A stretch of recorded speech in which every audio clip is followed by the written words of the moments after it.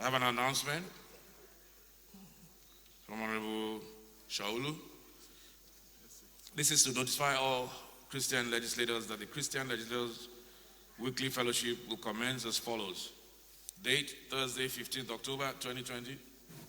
Venue, Conference Room 028, New House of Reps Building.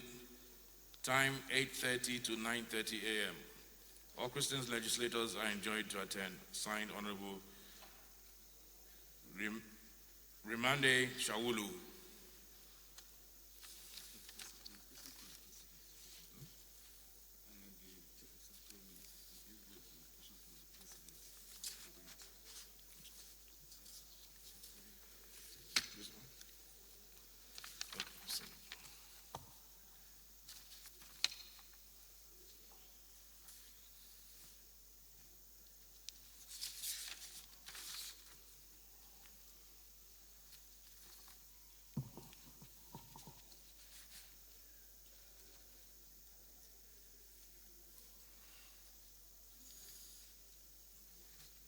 Honorable colleagues, I have a communication from Mr. President. Dear Right Honorable Femi Gbajabiamila, Proceeds of Crime Recovery and Management Bill 2020.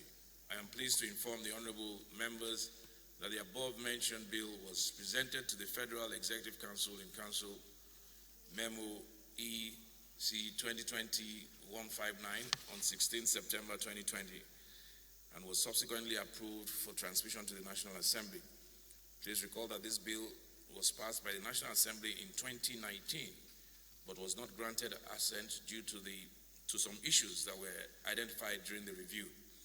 The Proceeds of Crime Bill is essential and critical in building an enduring and sustainable foundation for the fight against corruption, money laundering, and illicit movement of stolen funds through the banking system and across the Nigerian borders.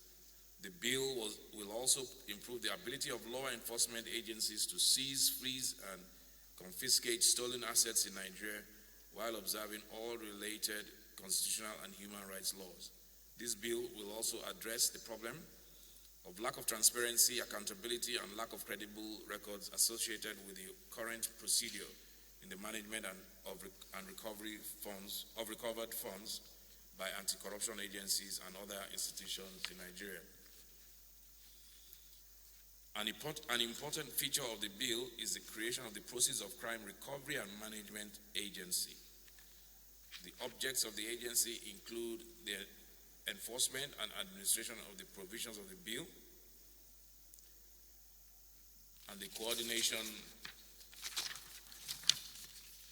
of the recovery and management of the proceeds and instrumentalities of unlawful activity in Nigeria in collaboration with anti-corruption and other law enforcement agencies. Most importantly, the agency will ensure that Nigerians can benefit from the proceeds of crime by ensuring that once recovery is made, the properties and assets will be secured and that the final forfeitures granted through a court order can be paid into the confiscated and forfeited account to be domiciled in the Central Bank of Nigeria. These funds will be used for development projects approved by the National Assembly under the Annual Appropriation Act and also support the work of the law enforcement and anti-corruption agencies. It is my expectation that the House of Representatives will give the bill expedited hearing and passage into law, given the importance of the bill in generating revenue for the country. Please accept, Right Honorable Speaker, the assurances of my highest regards, my highest considerations. Yours sincerely, Muhammadu Buhari.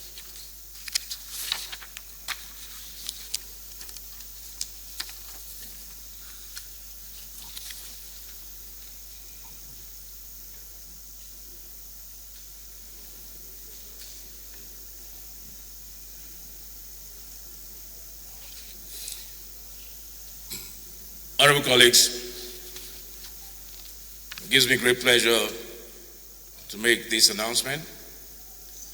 Appointment of Clerk of the House of Representatives. The National Assembly Service Commission has approved the appointment of Mr. Francis Chinedu Akubeze as Clerk of the House of Representatives with effect from the 25th of November 2020, when the present clerk will be retiring from service. Mr.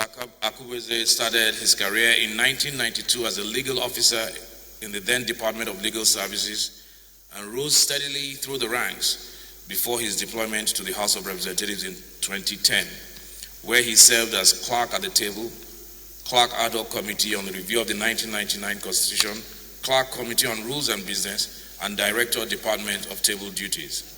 Until his present appointment, he was the acting deputy clerk, administrative matters. On a personal note, I have known Mr. Akubeze for a while since I've been here. I find him to be an upright,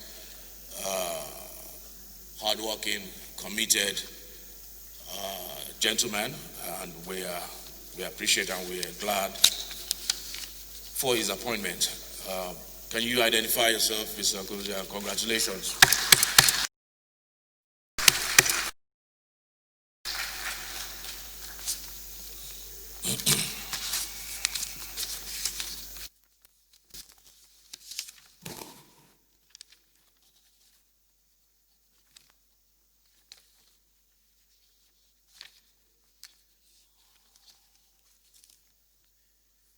Okay, we're going to move very, very fast. The intention is to, unfortunately, the Deputy Speaker is unavoidably absent, and I have a very, very important meeting for 2 o'clock. So we're going to leave it at 1:30.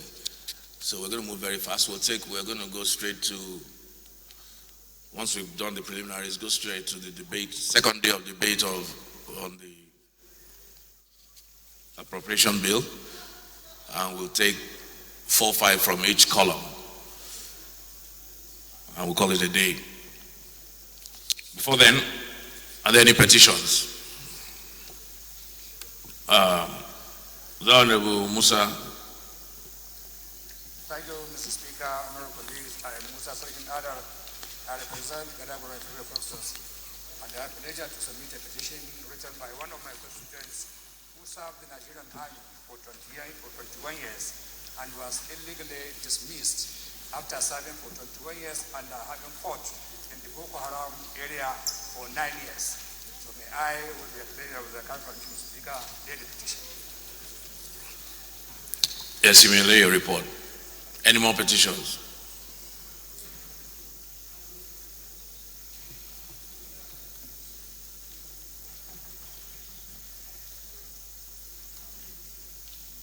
Well, Patrick, you have a petition?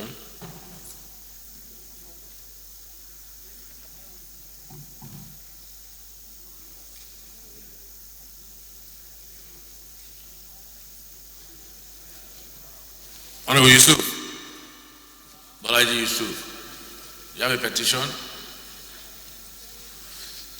You turn off the microphones, please. So I think that'll be all for petitions. Mike, this one. Petitions referred to the Committee on Public Petitions. Yes, it is. No, I haven't been able to see them. I haven't.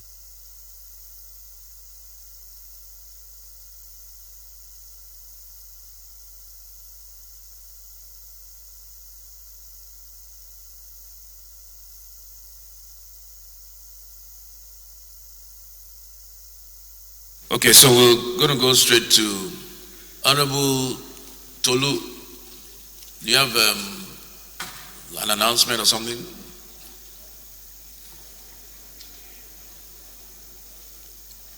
Thank you, Mr. Speaker and Honorable colleagues.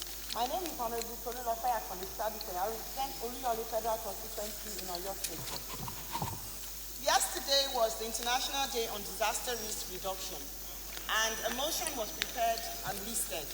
Basically, in a nutshell, the motion was basically to bring to the fore the importance of preparing for emergencies and disasters that may occur. As we all know, we had an experience with the COVID-19 scenario. Several other such disasters have come across our environment here in Nigeria. We all know about the recent fire outbreak in Lagos State from the gas pipeline.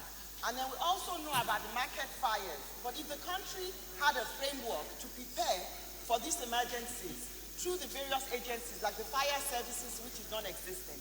Yesterday being the day that the United Nations had set aside for awareness on disaster risk management, we thought it was important that we brought this to the attention of the House and to have the House refer it to the proper committee to ensure that the federal government, the executive arm of government, takes this into cognizance in planning, in whatever budget is presented this year.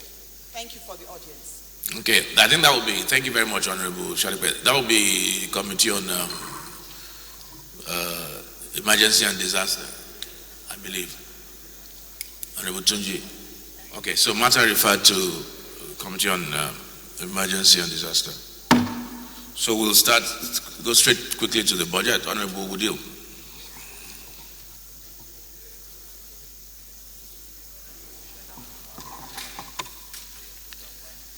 Thank you very much, Right Honorable Speaker.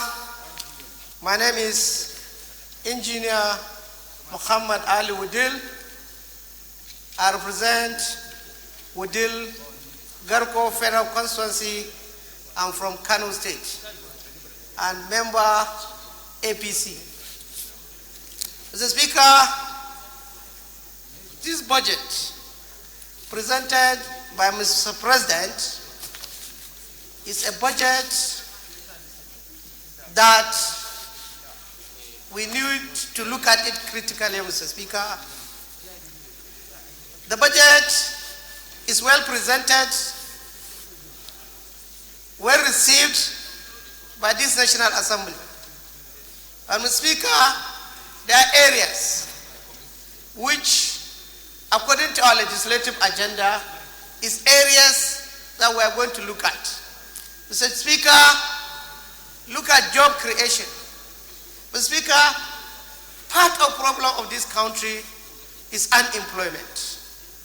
I think, Mr. Speaker, unemployment needs to be treated with utmost respect in this budget. We have over 20 million unemployed youth in this country, or more, Mr. Speaker. So we need to look at this sector very critical, Mr. Speaker, to toe line with our legislative agenda, Mr. Speaker. And two, Mr. Speaker, this unemployment cut across everywhere, whether north, south, central, everywhere there's unemployment. And Mr. Speaker, if you look at our poverty level, is also so high. If there's employment, if there are job creation, I think poverty will reduce in this country. I think we need to look at it critically, Mr. Speaker, in terms of the unemployment. For example, Mr. Speaker, if you look at NDE, the provision made for employment, even semi-scale employment, is nothing to write home about, Mr. Speaker. We need to look at that area to make sure that our youth are trained in artisan jobs. We don't need to import an iron bender from our neighboring country. We don't need to import a POP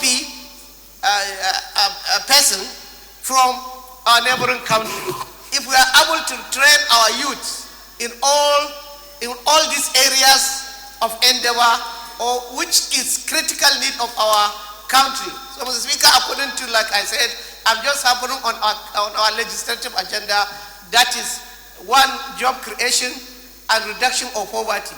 So we need to look at this sector critically, even though there are provisions. But, Mr. Speaker, I think it's not adequate. This House needs to look at it critically and make sure that there's adequate for employment and also for job creation. Thank you, Mr. Speaker.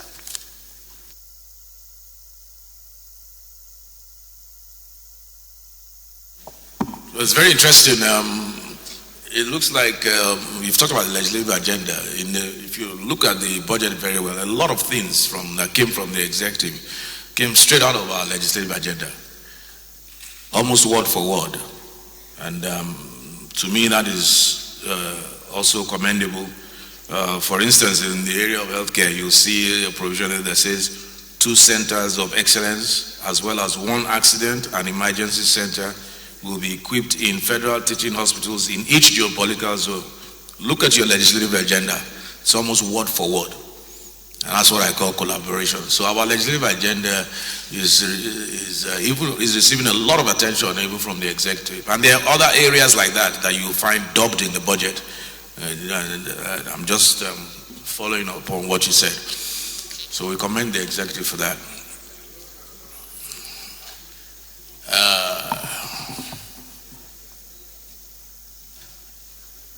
We're about to move from this row.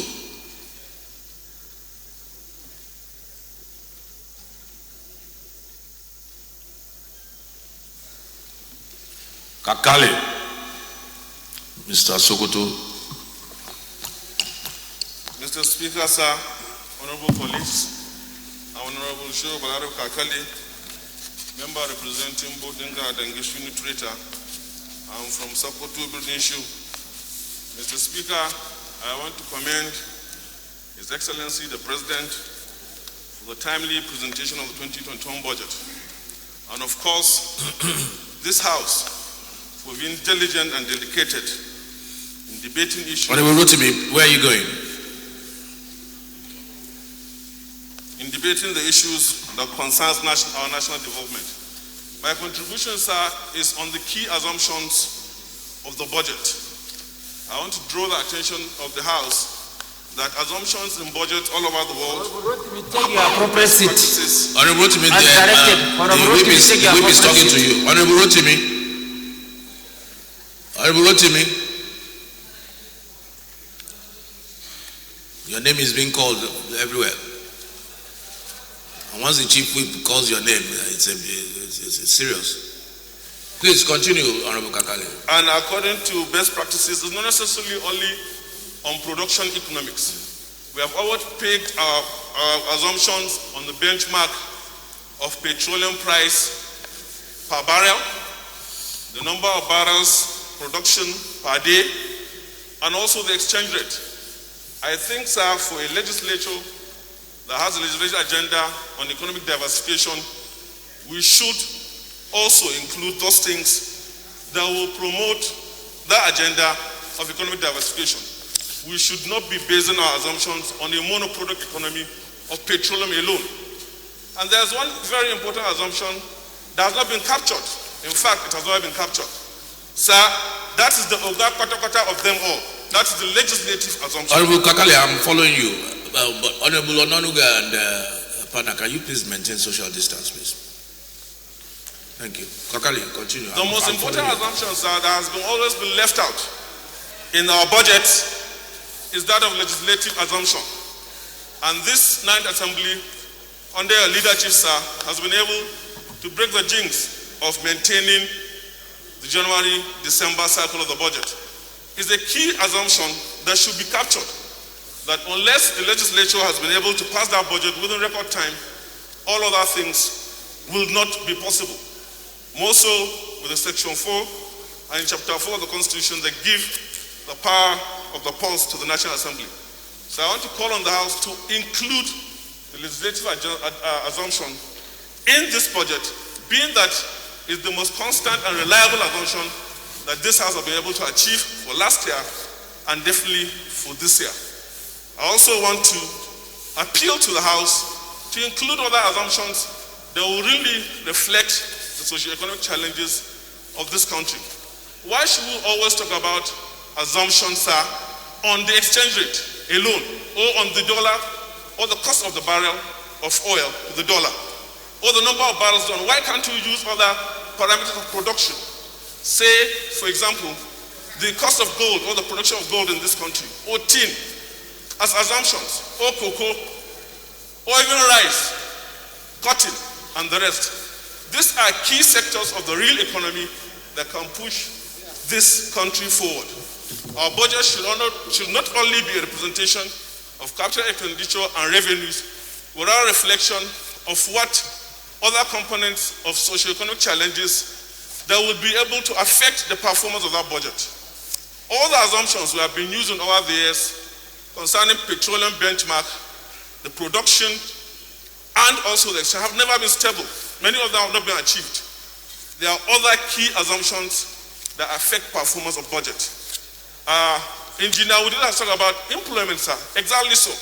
What about assumptions of taking care of our IDPs? What about the assumptions of taking care of insecurity?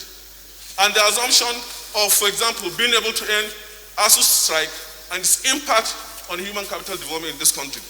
So my prayer with this honorable House and colleagues is to expand the scope of those assumptions so that our budget will really be a budget that will reflect the will and the inclusive demands of Nigerians, not just being a function of fund allocation without connection with the realities of the development strides of this country. And particularly, I want to appeal to this House to please include legislative assumptions which this House has been able to achieve, and is a milestone that has been achieved in this country, being able to pass budget at record time with the very excellent relation of the executive and legislative arms of government for the benefit of Nigerians. Thank you very much, sir. Thank you. Honorable Ben, Honorable Koko, please, you are dangerously close. Can you maintain social distance, please? Thank you. I will chin up. Sorry. Press your button if you want to speak, please.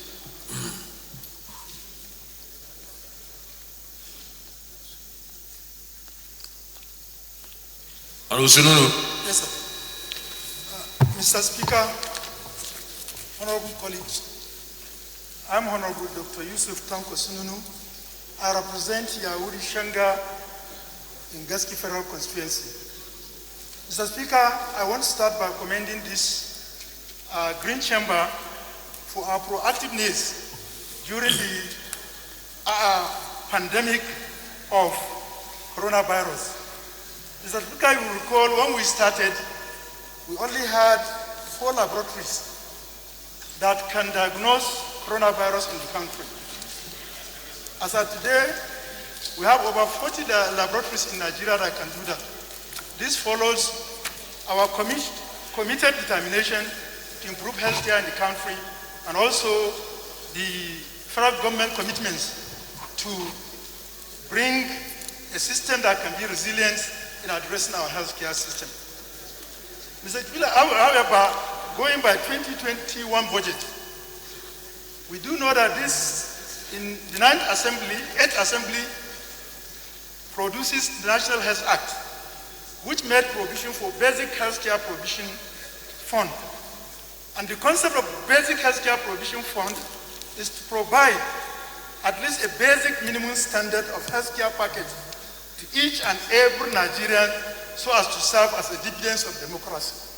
Mr. Speaker, the Act recommends at least 1% of consolidated revenue fund.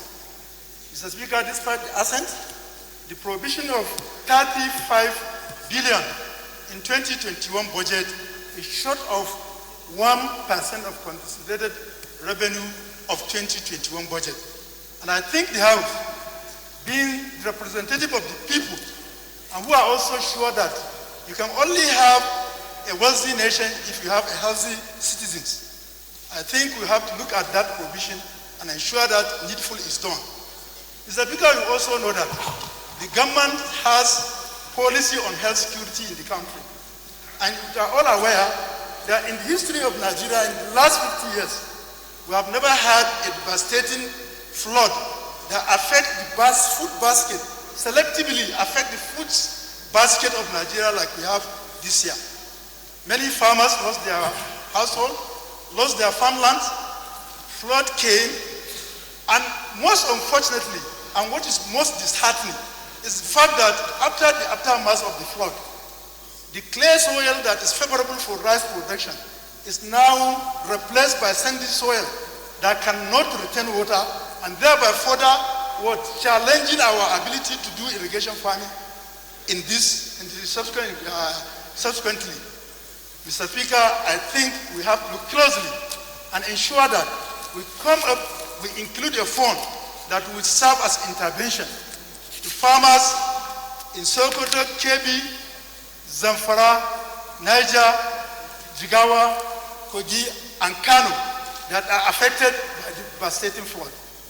Mr. Speaker, it is also high time for me to make this personal appeal to the House to consider the allocation and subsequent call on Mr. Speaker to inaugurate, Mr. President, to inaugurate the Hydropower Electric Producing Areas Development Commission. Had it been that the Harper has been inaugurated and allowed to work, I don't think that the devastation we have seen today, we will have seen it. Because the Harper is aimed at addressing the challenges that brought us to where we are in terms of flooding.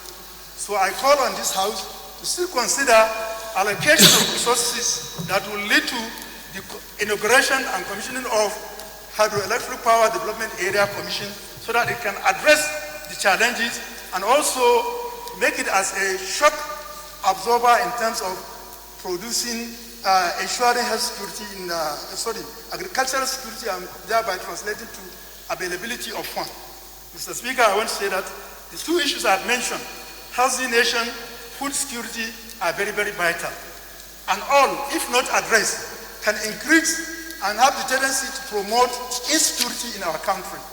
As it is now, I'm worried.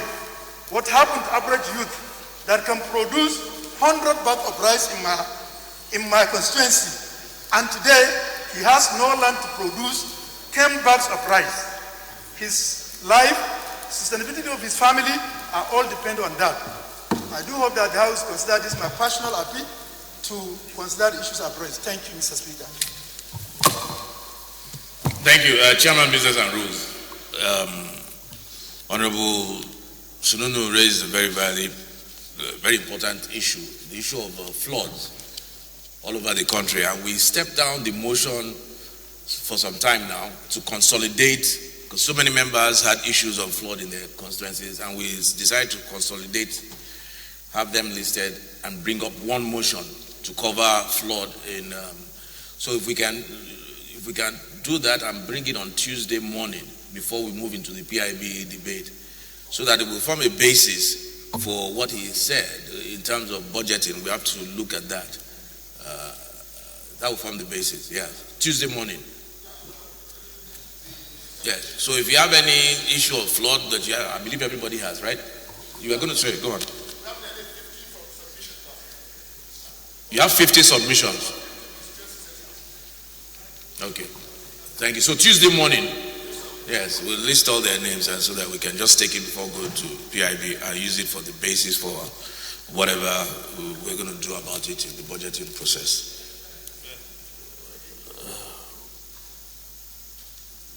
Honorable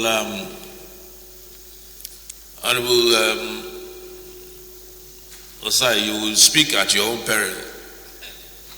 You've spoken with the leader. You will speak at your own peril. Are you prepared? Go ahead.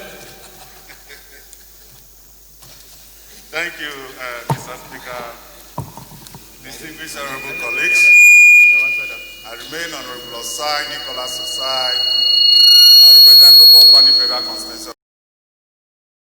Mr. Speaker, you remember I met you at the park at the first time I came in 2012. And I asked you, and I told you, Mr. Speaker. You met me where? At the park of Mr. Speaker, at then. The park? Yeah. Car You park. didn't meet me at the park? At the car park. Oh, car park, okay. Yeah, at the car park. And I told you, Mr. Speaker, I came into this house looking at you as a perfect role model to me. Why do I say so? You are a man that is highly critical and accountable. And today, you are proven to be so, based on your policies of accountability. It is upon that foundation that I'm coming with my submission today. Mr. Speaker, a lot of people have described this appropriation bill as a bill of recovery and for the future. But to me, after explaining virtually, including the projected revenue, And the money that have been budgeted for, I see it as a budget of hardship. Why do I say so? A budget of hardship because the projected revenue is 7.8 trillion. The actual budget estimate at 13 points. You minus that, it gives you almost 50% deficit. We are servicing a 2020 budget at 3-point-something trillion. And on 2021, we are servicing at 4.2 trillion. Is that a budget of recovery or a budget of hardship? Mr. Speaker, distinguished honorable colleagues, I look at Niger Delta Development Commission budget as 65 billion. Mr. Speaker, you agree with me that the federal government is owing NDDC 1.6 trillion naira. I have got that information and I have the facts. Mr. Speaker, a place you think you want to revive the economy of a place that even sheep cannot bet, and they have the waterways. A place that the Transport Ministry lay emphasis on only railway. Now, what is the multiply effect in a macro perspective? Well, from here, Abuja to Kaduna. If I listen very vividly, the information minister, that particular race is running at a loss. As a loss. Now, if that means that in the next 10 years, that means in the next 10 years, we cannot be able to even recover money to pay one quarter of amount that is invested into it. Mr. Speaker, distinguished honorable colleague, you remember all of us, many of us have visited Singapore. What's the economic state of Singapore is the marine sector. The marine sector that thrives and becomes a nerve of the Asian tigers, and today produce what it takes to do. Okay, let's look at the agri sector, Mr. Speaker, distinguished colleague. I was just looking at this document, and I saw where Nigerian government budgeted 25 billion for youth fund. You agree with me that the percentage of our people that have got no job today, that's why you are seeing the street, that they are demonstrating. They are angry.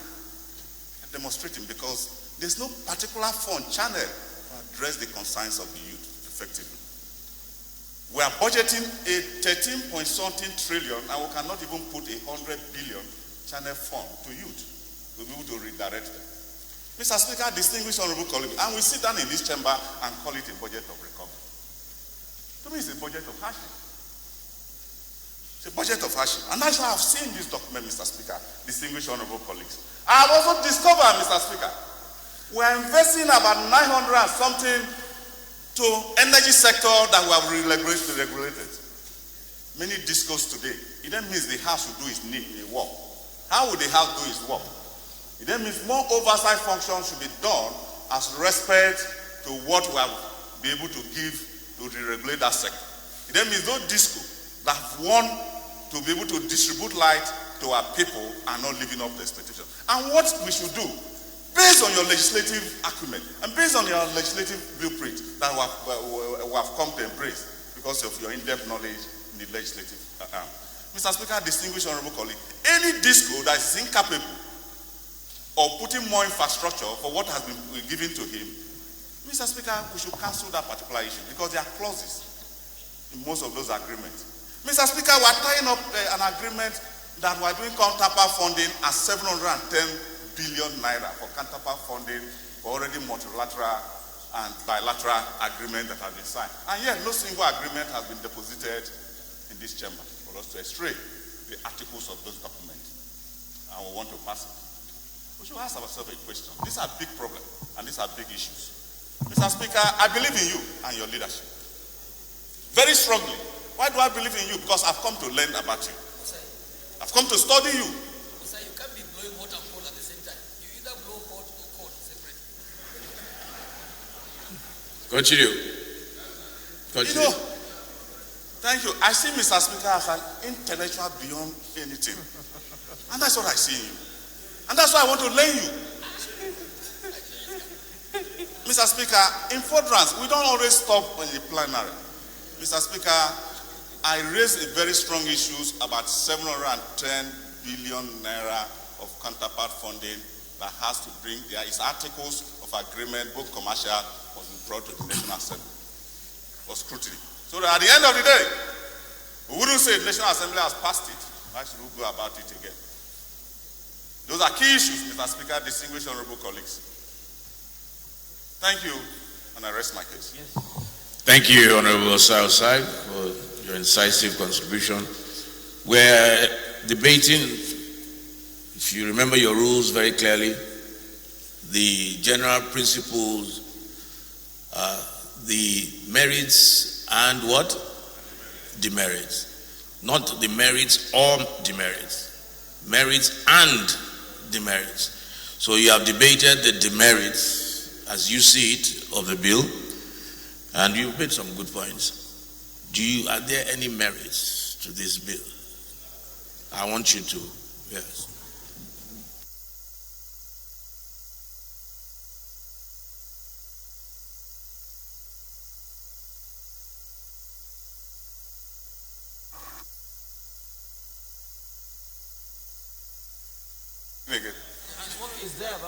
Okay, thank you.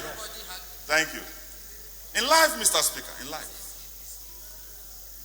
even some people see life as hardship, while some see it as favorable. So in life, there are two coins. There's always a merit. Like what I said, that Mr. President, for instance, I shocked one person yesterday. I said, Mr. President, have done well in 2020 budget for releasing funds to address some concerns. Areas I will give him kudos, I give. The area of concern because of our youth. Demonstrating today, we don't know about tomorrow, how they are going to go about it, so we must plan for them. And in planning for them, Mr. Speaker, when I was in secondary school, I just want to give me a little. Just go straight to the merits. Thank you. When I was in secondary school, what happened when you were in secondary school? Loan was taken by Nigerian government under President Shagari. Loan was taken. And at the time the loan matured, when President Babangida came to power, there was what we call SAP, austerity measure. That affected me strongly, and that's why we have to warn for 4.2 trillion loan. That affected me very strongly, psychologically, in my education. And I wouldn't want it to affect the coming generation. By all standards, I praise Mr. President on so far-reaching project. A point in question is the aviation sector. Aviation sector is thriving very well today. You can look at Kano that have all the facilities of international standard. You can look at Abuja today that has all the facility of international standard. You can look at Lagos today. Mr. Speaker, I saw 4.10 billion on work, Ministry of Works. Today, the Ministry of Works only design roads, engineering roads without even constructing the road. We have taken 5 years to do engineering drawing. Merits. So because these are key issues. Mr. Speaker, let me rest my case on it. Yes. Thank you very much. So we have gotten you to speak for the bill as well, in favor. As you spoke a little bit against, you spoke very well in favor of aviation, youth empowerment, and the rest of it. Thank you very much. Honorable Chawai. It's only unfortunate that he has not done enough research to speak in favor. Thank you very much, Mr. Speaker. My name is Mukhtar Zakari Chawai. I represent Kauru Federal Constituency from Kaduna State. Mr. Speaker, I'd like to start by commending Mr. President for the timely submission of the budget. I'd also need to talk about the need for early implementation of the budget through the release of funds. Of course, we saw what happened during this year due to the pandemic and how it affected the budgetary process and the implementation of the budget. And I feel if funds are released timely, it will cater for all the needs. I've looked at the budget, Mr. Speaker, and there are so many positives. For instance, about 404 billion being... Honorable Sir, are you listening? Yeah, listen. He listened to your debate. Listen to his own. You said there are so many positives? So many positives, okay, Mr. Speaker. I've looked at the capital allocation for works and housing, about 404 billion, which will cater for capital projects across the country. And of particular importance, I want to point out the position of the Abuja-Kano Road and also the Kaduna-Jos Road. Allocations have been done. Funds have been released to a reasonable degree, but the work ongoing is not commensurate to what has been released and what is expected by the general public. I think more needs to be done to ensure that that is completed in due time. There is a 157% increase in terms of capital allocation to the health sector. The global pandemic has exposed a lot of nations and their inadequacies towards the health sector. And due to that reason, a lot of Nigerians agitated for more budgetary provision for the health sector. Unfortunately, a 157% increment has been done, which you had earlier stated, which is also in line with our legislative agenda, where certain projects are going to be done in certain teaching hospitals to cater for the general public. Beyond that, it is also looking at procurement of equipment, procurement of vaccines, procurement of other consumables in the health sector. I think that is very commendable, and if implemented to the letter, Nigerians will benefit for it. 25 billion naira has been allocated to the National Youth Investment Fund. I think that is a step forward. That is not the only amount that the youth of Nigeria are going to benefit from. That is just an amount set aside for a particular purpose. The youth of Nigeria will benefit from health, they'll benefit from provision in the work and housing sector, they will benefit from provisions in the agri sector and every other sector. But this 25 billion is budgeted specifically for the youth of Nigeria, which other people might not benefit from, in order to enhance capacity of the youth. This in turn will also address what Honorable Engineer Woodil spoke about, where we need to empower the capacity of our youth, not necessarily through white-collar jobs, but every other aspect, so that they will be developmental and they will contribute to nation building. That is very commendable, Mr. Speaker. We have a priority list. Mr. President has mentioned key priority sectors during the budget presentation, Mr. Speaker. Nigeria relies heavily on oil for its revenue. Now, I thought we are going to diversify in every sector to an optimum position. And what do I mean by this? The solid mineral sector, Mr. Speaker, I believe is the way forward for Nigeria, because our reliance on oil, I think, is coming to a term where we should look elsewhere. And for us to develop, for us to diversify, the solid mineral sector needs to be a priority sector in the Nigerian economy. But not much attention, I feel, is being given to that sector. If we look at the recurrent provisions for that sector, the Mines and Steel Ministry basically got about 10 billion, while the capital allocation is just about 11 billion. So if you add both of them, we're looking at 21 billion for the mines and steel sector. I think the extractive industry needs more than 21 billion naira budgetary provision to make it competitive enough to ensure that we diversify our economy through the solid minerals sector.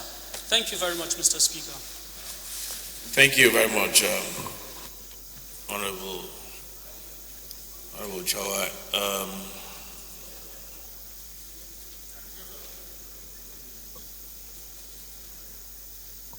We passed that column now, since.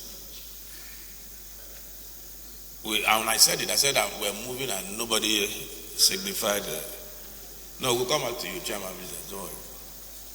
Honorable Ojo, what are you doing there? That's not where you sit now.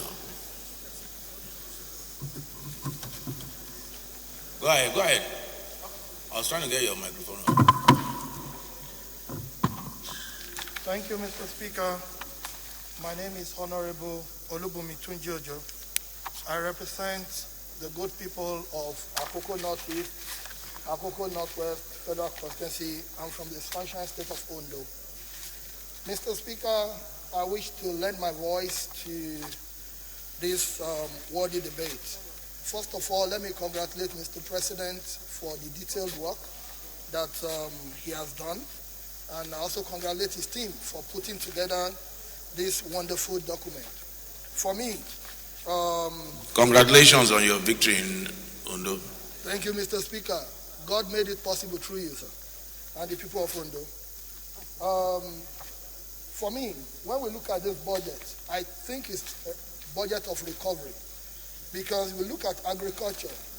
The capital component of the budget for agriculture is about 110 billion. For me, it shows that the present administration is looking towards the diversification of the economy. And key areas of our economy where we have always had complaints about transportation, we have about 255 billion capital. Power, 198 billion, works, over 400 billion. For me, I think critical sectors of our economy have been well budgeted for. But that's about the merit, as you said. This debate is about merit and demerit. The demerit for me is about the NDDC. We have seen it as a trend. Whenever budgets are submitted, the executive tries to follow the laws of NDDC, which has to deal with 1% of anticipated money due to member states. But there is no provision for the debt that the federal government is owing NDDC. We believe that the debt at the moment is about 1.6 trillion naira, and that is not that was not catered for in the budget. So for us, for the Niger Delta people, for the people of Nigeria, it's important that the 65 billion does not represent what is due to the Niger Delta Development Commission for the development of this region that has suffered so many years of deprivation and so many years of neglect. So for us, we believe that the budget needs to be reviewed by this House to accommodate the debt, the federal government outstanding liabilities for the Commission, which stands at about 1.6 trillion. Having said that, Mr. Speaker, I speak on behalf of the Nigerian people, I speak on behalf of the Niger Delta people, that this House will be able to use the power of appropriation vested in it by the Constitution of the Federal Republic of Nigeria to do the needful by making these funds available for the development of this region. Thank you, Mr. Speaker, for the opportunity to lend my voice. I remain grateful. Thank you, sir. Thank you, Honorable Ojo. The question arises, how did NDDC incur such an amount of debt, 1.6 trillion? How?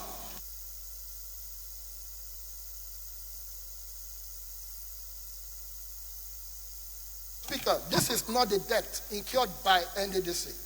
It's statutory amount of money over the years under remittances from the federal government to NDDC.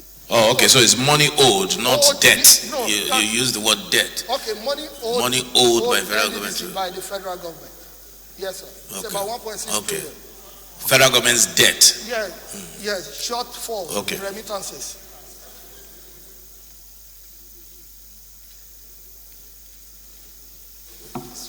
Small or large? Honorable Davidson is here? No. We're going to take one more on this road so that we can move on. Like we said, we're going to move very fast. Honorable Balogu. Mr. Speaker, sir. Well, we are very happy that even despite the pandemic we had this year, we were able to get nothing less than 50% implementation of the capital projects across board, and I believe before the end of this year we should be hitting 80 to 90% of capital implementation. So we say that's a very good record for Nigeria, because it's been long, if I can remember at all, when we've been able to get to that level of capital implementation.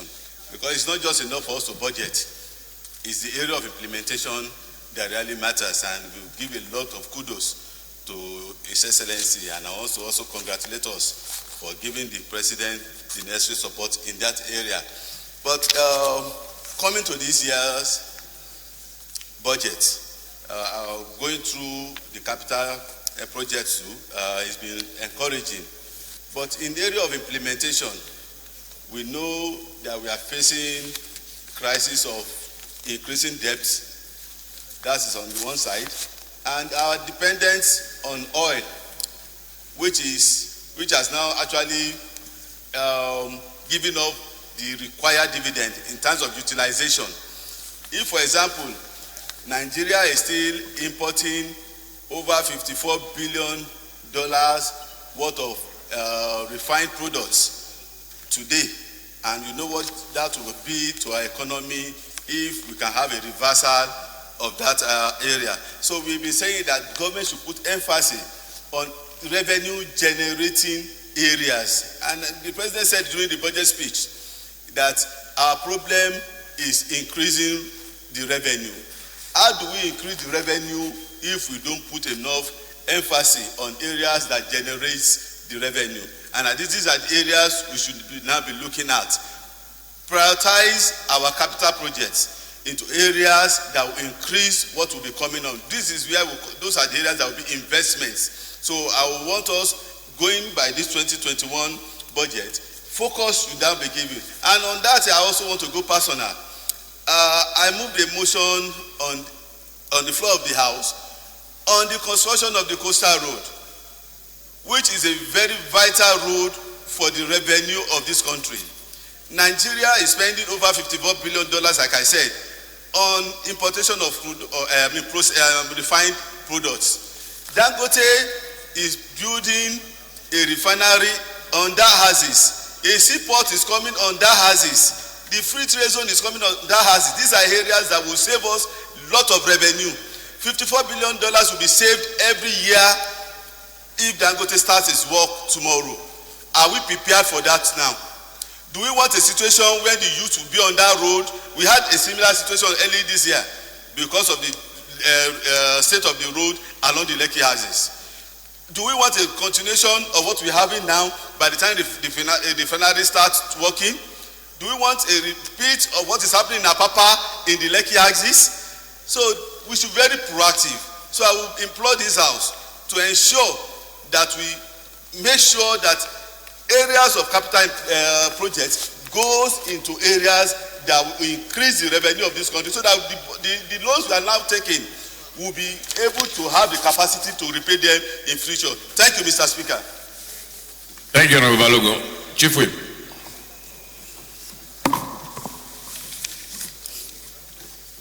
Honorable Speaker, honorable members, my name is Mohamed Tal Munguno. I represent Marche Munguno, Ganzai Federal Constituency of Borno State.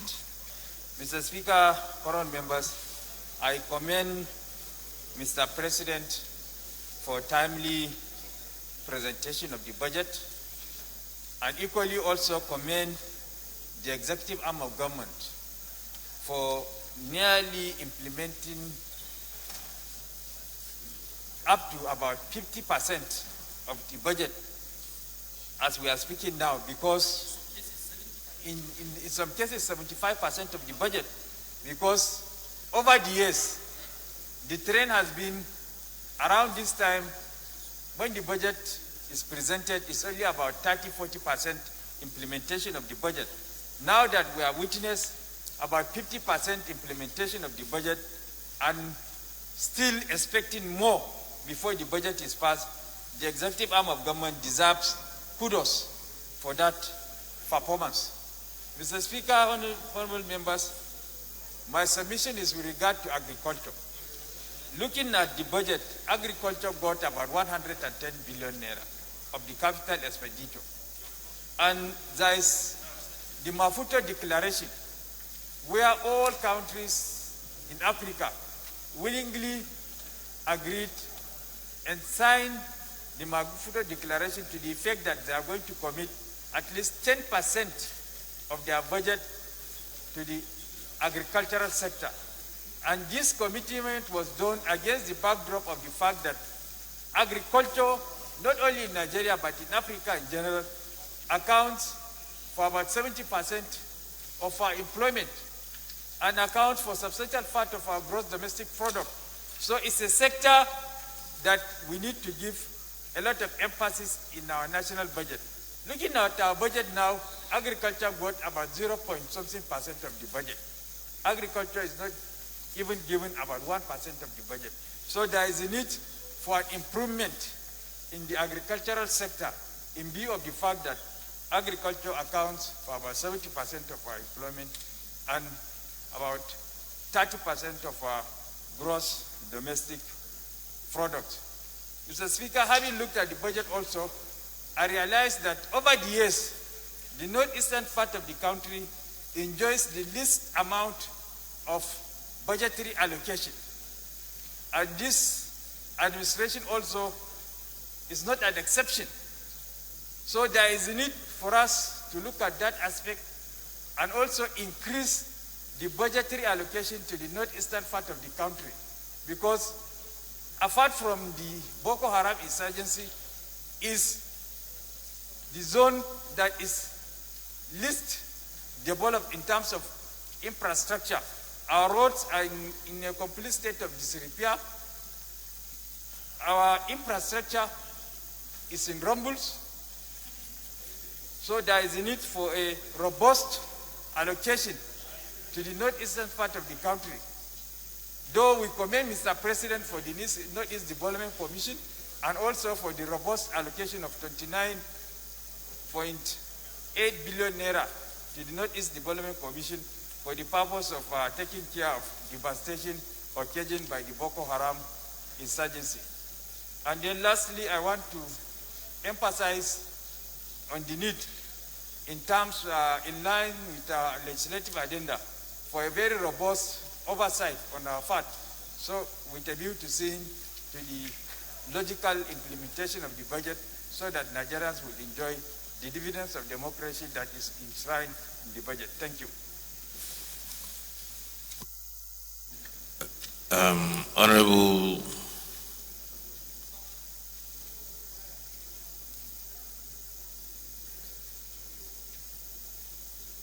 Honorable Kolawole Taiwo. Thank you, Mr. Speaker. Mr. Speaker, sir, I also want to start by commending the executive arm and the legislation. Honorable Koko, please approach the chair. Honorable Koko. For their proactive reactions during the pandemic by coming up with the revised budget for this present year budget.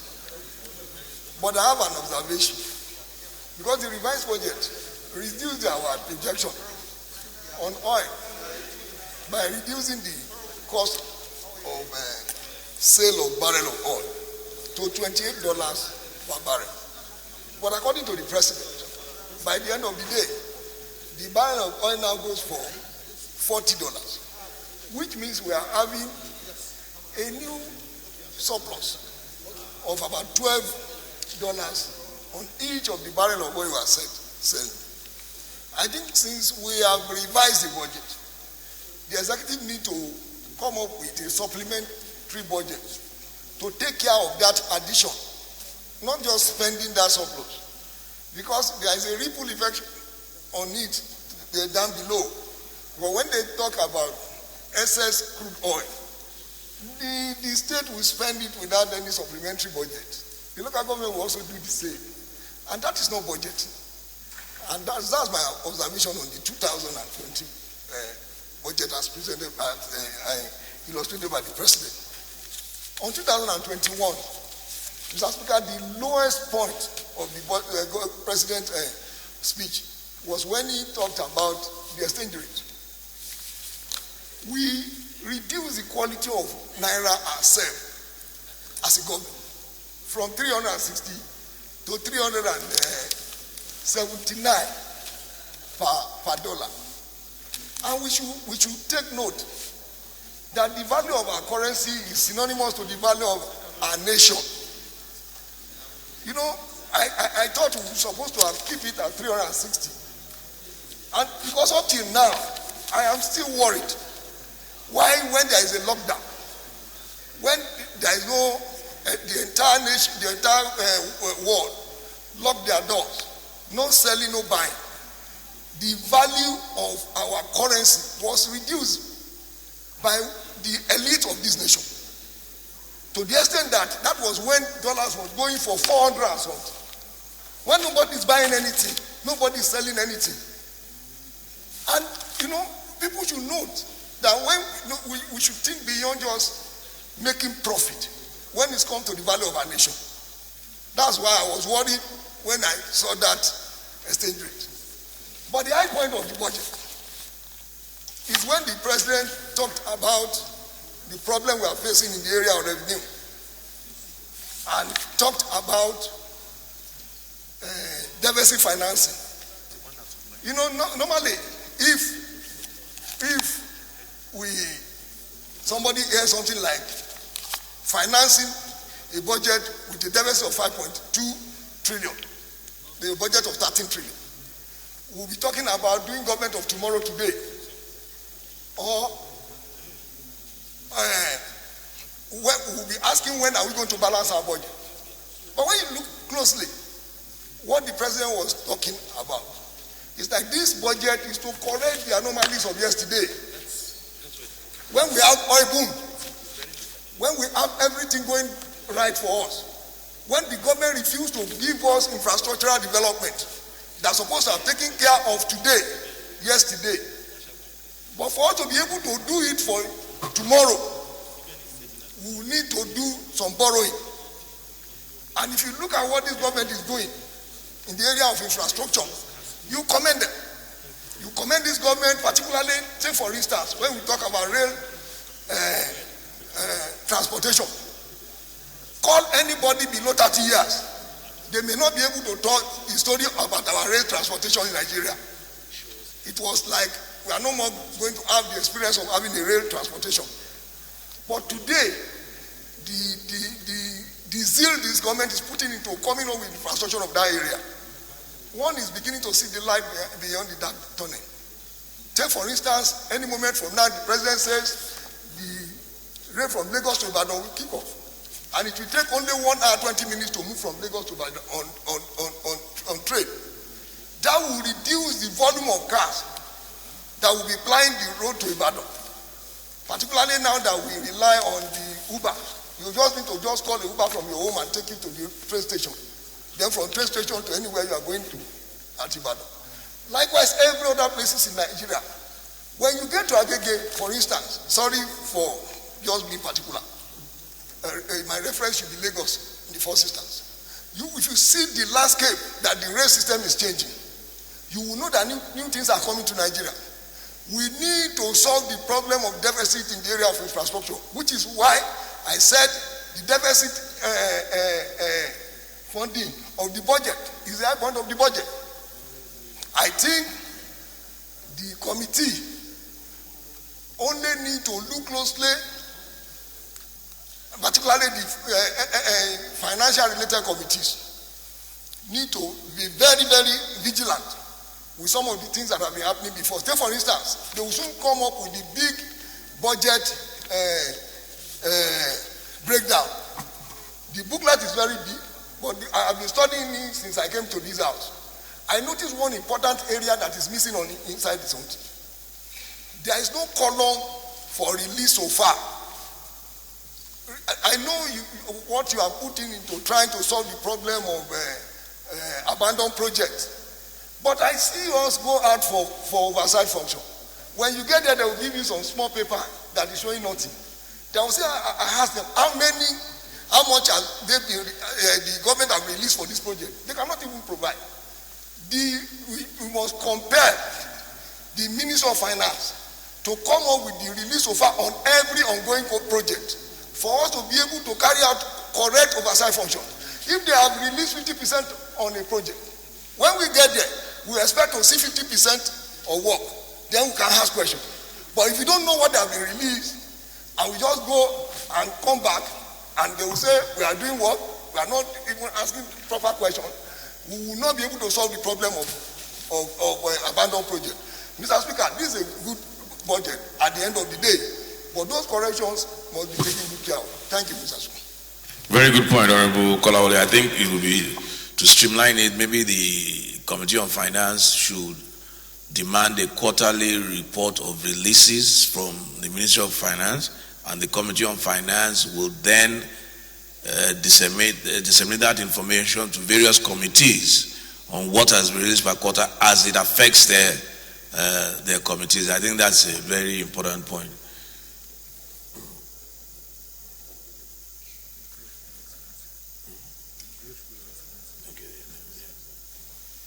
Honorable Bamidele. Thank you so much, Mr. Speaker. My name is Bamidele Salam. I represent the fantastic people of Ede North, Ede South, Egbedore, Jibofera constituency of Osun State.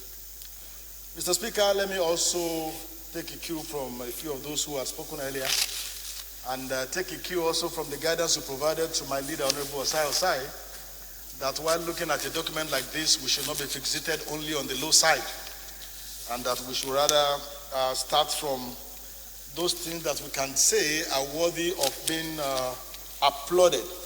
And the first one, Mr. Speaker, that I want to talk about has to do with the timeliness of this budget, which a few of my colleagues also have spoken about, especially yesterday, so that in keeping with the commitment we made to Nigerians to return the budget cycle to January to December, we have a timely presentation of this document. And I noted in the President's speech, especially on paragraph 3, that he said that this budget was prepared in a collaborative manner. I was just joking with my friend, Deputy Chairman, House Committee on Finance, that collaboration must have been with his committee and the Committee on Appropriation, because in my own committee, most of the committees I'm not sure we were able to make any input to the preparation of the budget. But that's just by the way. Mr. Speaker, sir, the other thing I also want to just pick out has to do with the issue of the releases. Even though, an appropriation act is a law, and a law is not to be observed in a certain percentage of compliance, it is also heartwarming that for the first time in a very long time we are able to achieve capital releases of up to 50 to 75% in the 2020 Appropriation Act, which I also think is another very good point. And then finally, Mr. Speaker, on the good side of it is the need for us to appreciate the President. Maybe on behalf of Nigerian teachers, I'm a teacher also and an education entrepreneur, especially for the commitment that the President has made to improving on the welfare of teachers in terms of their remuneration and incentive to those who are choosing to go and study education in our tertiary institutions. I am so gladdened by this fact, and I want to commend the President, and I want to really hope that this will not just be a promise, not just be a commitment, but to be something that will be done, timelessly also.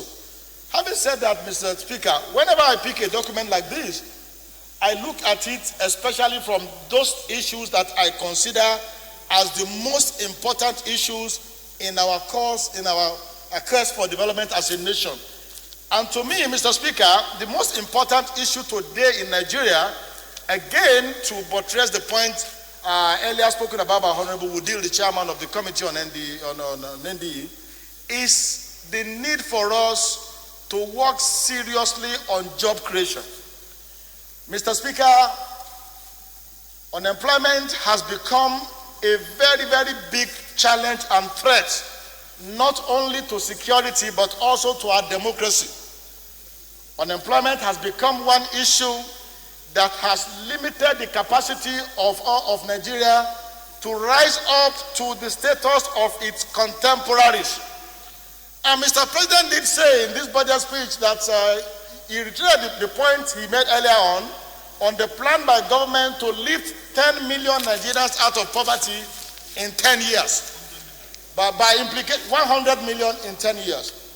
By implication, we are talking about 10 million every year.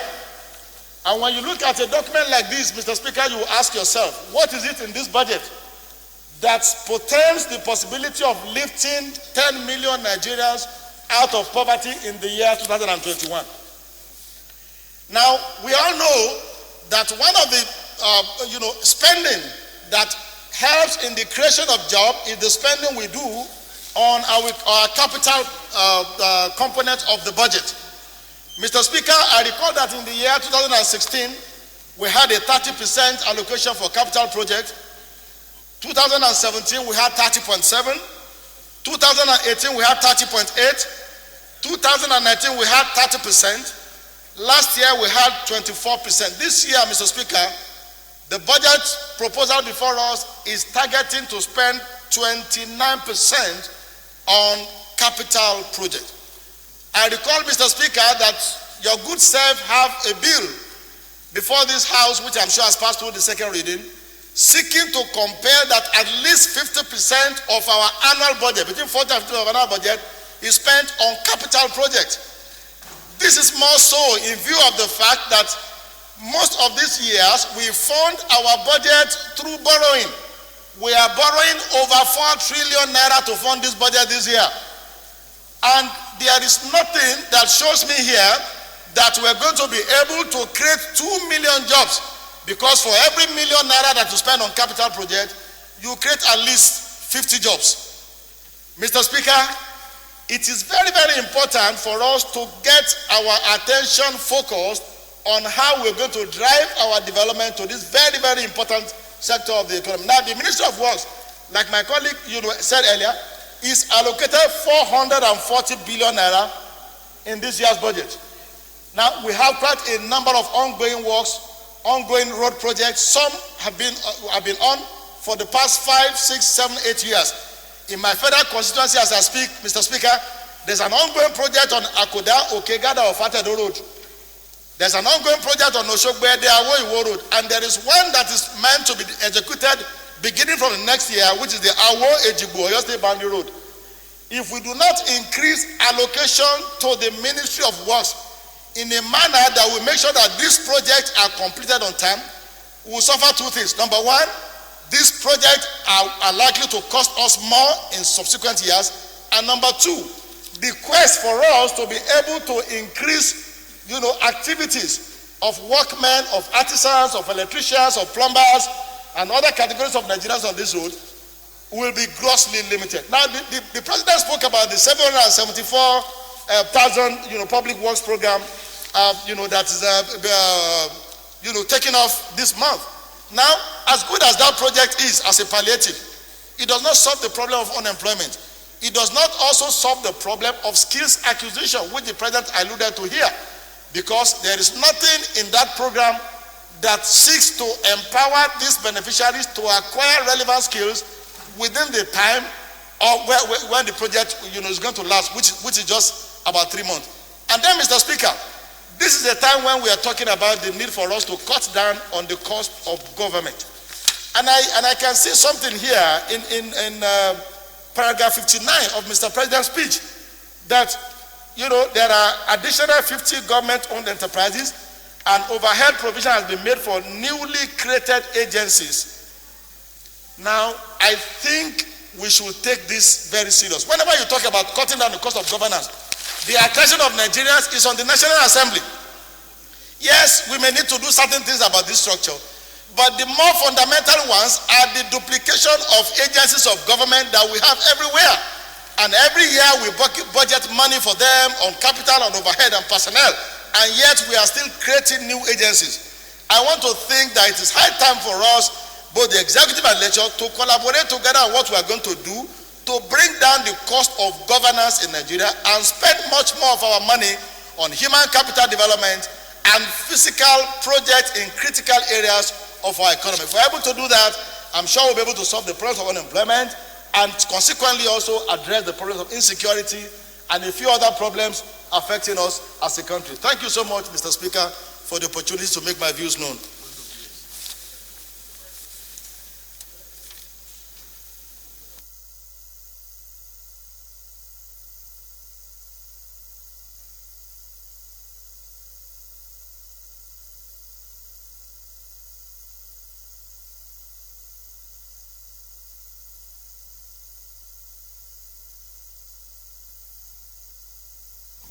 Thank you, Honorable Bamidele Salau.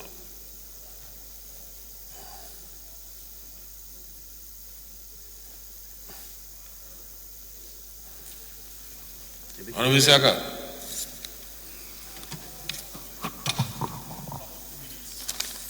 Yes, we have to keep it short. We're supposed to leave here at 1:15.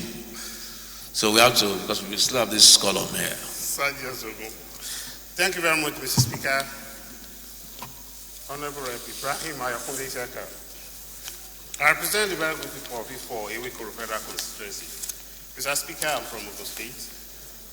And I just want to, once again, appreciate Mr. President, and I want to appreciate the leadership of this House for the effort, at least a leap, because there is a paradigm shift in how we met the situation on ground as a second timer and to where we are today.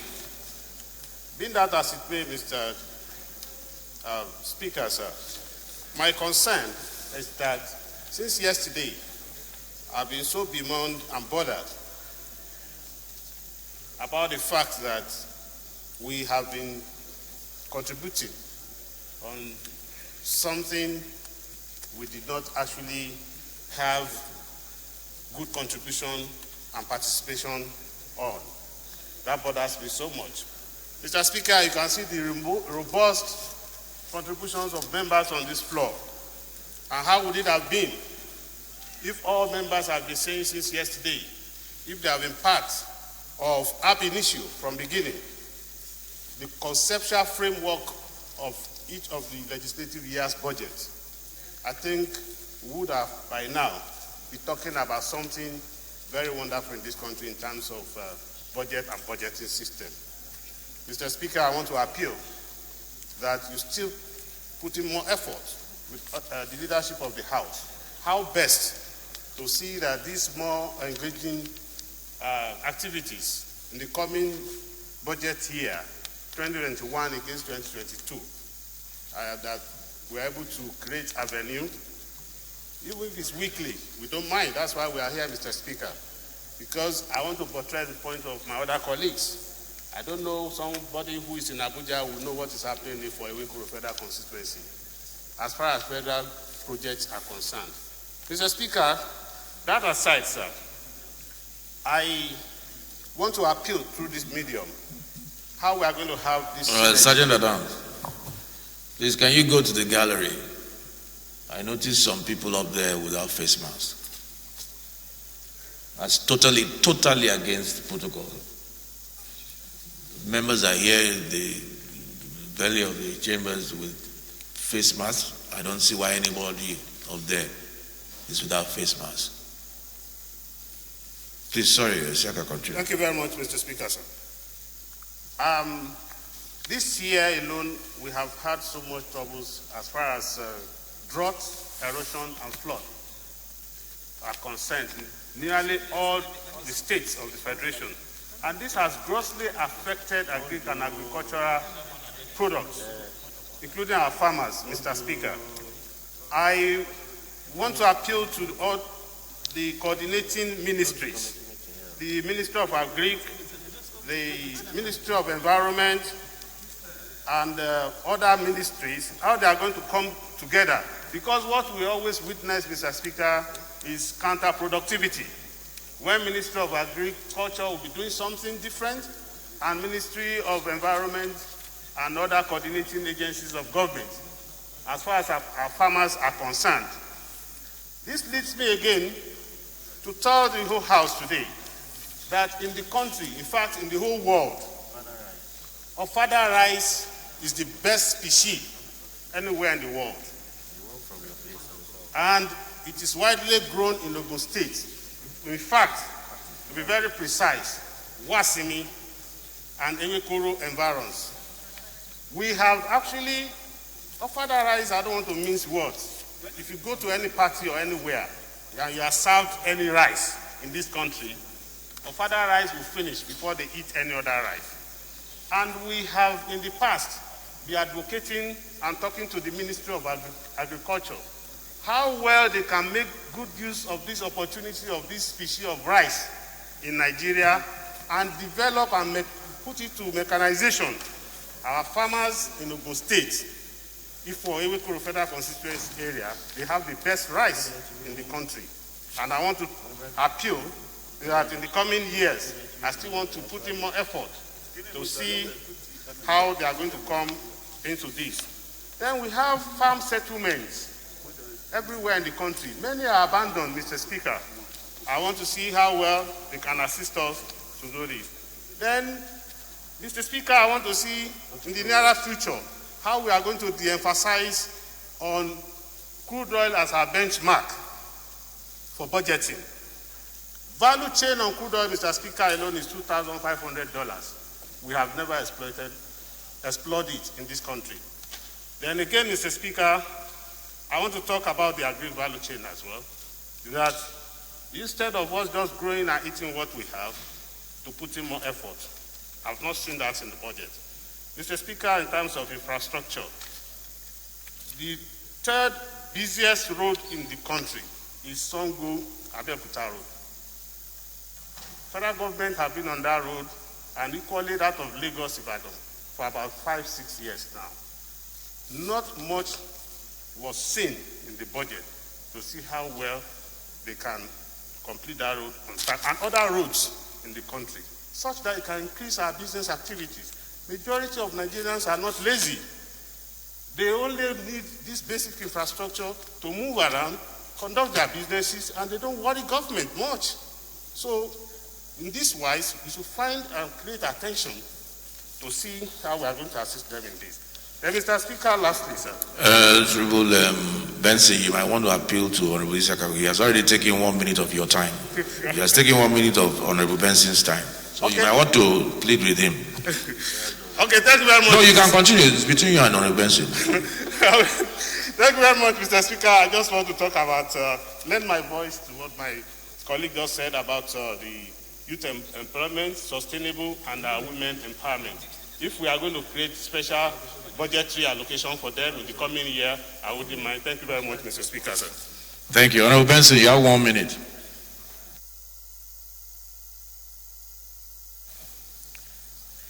Honorable colleagues, Mr. Speaker, the Yari Sadauki of Kebbi. Firstly, I'd like to... It's still 1 minute. I'd like to thank and appreciate Mr. President for laying this budget on time, and also the House for jumping in on it as well on time.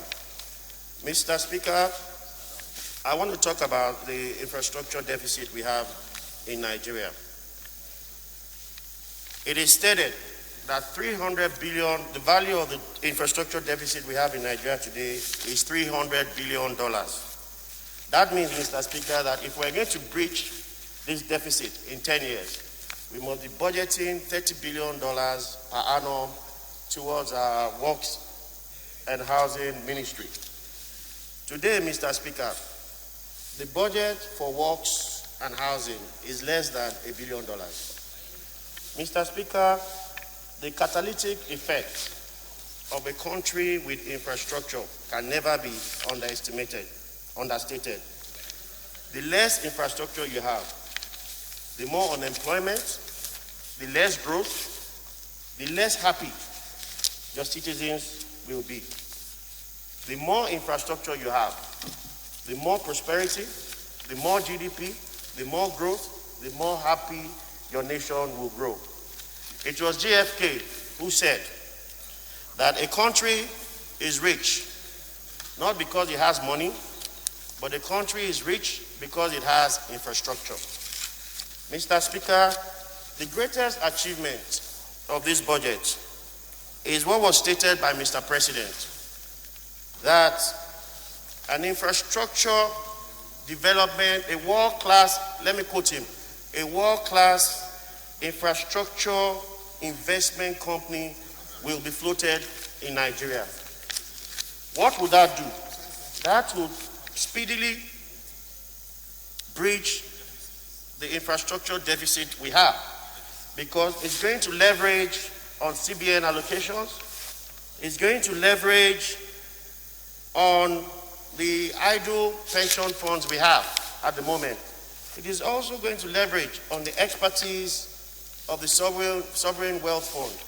Mr. Speaker, to me, that is the biggest achievement in the budget of 2021. Accordingly, Mr. Speaker, I urge you and all of us to assist the government in any way possible to ensure that this company sees the light of the day and starts implementing its agenda with the fierce urgency of now. I also implore all of us to please look kindly again at the Ikorodu-Shagamu Road. The Ikorodu-Shagamu Road houses the biggest industrial estate in West Africa. It is moribund, the roads are bad, and always a paltry sum is included in the budget year in, year out. I think the step in the right direction will be for all of us to please support and encourage an enhancement of the budget for the completion of that road. Mr. Speaker, with these few points, I hope I've contained myself in the 1 minute you've granted me. Thank you. You didn't talk about the defense. Defense fund. It's okay, don't worry. It's all right. You can't have two bites at the apple.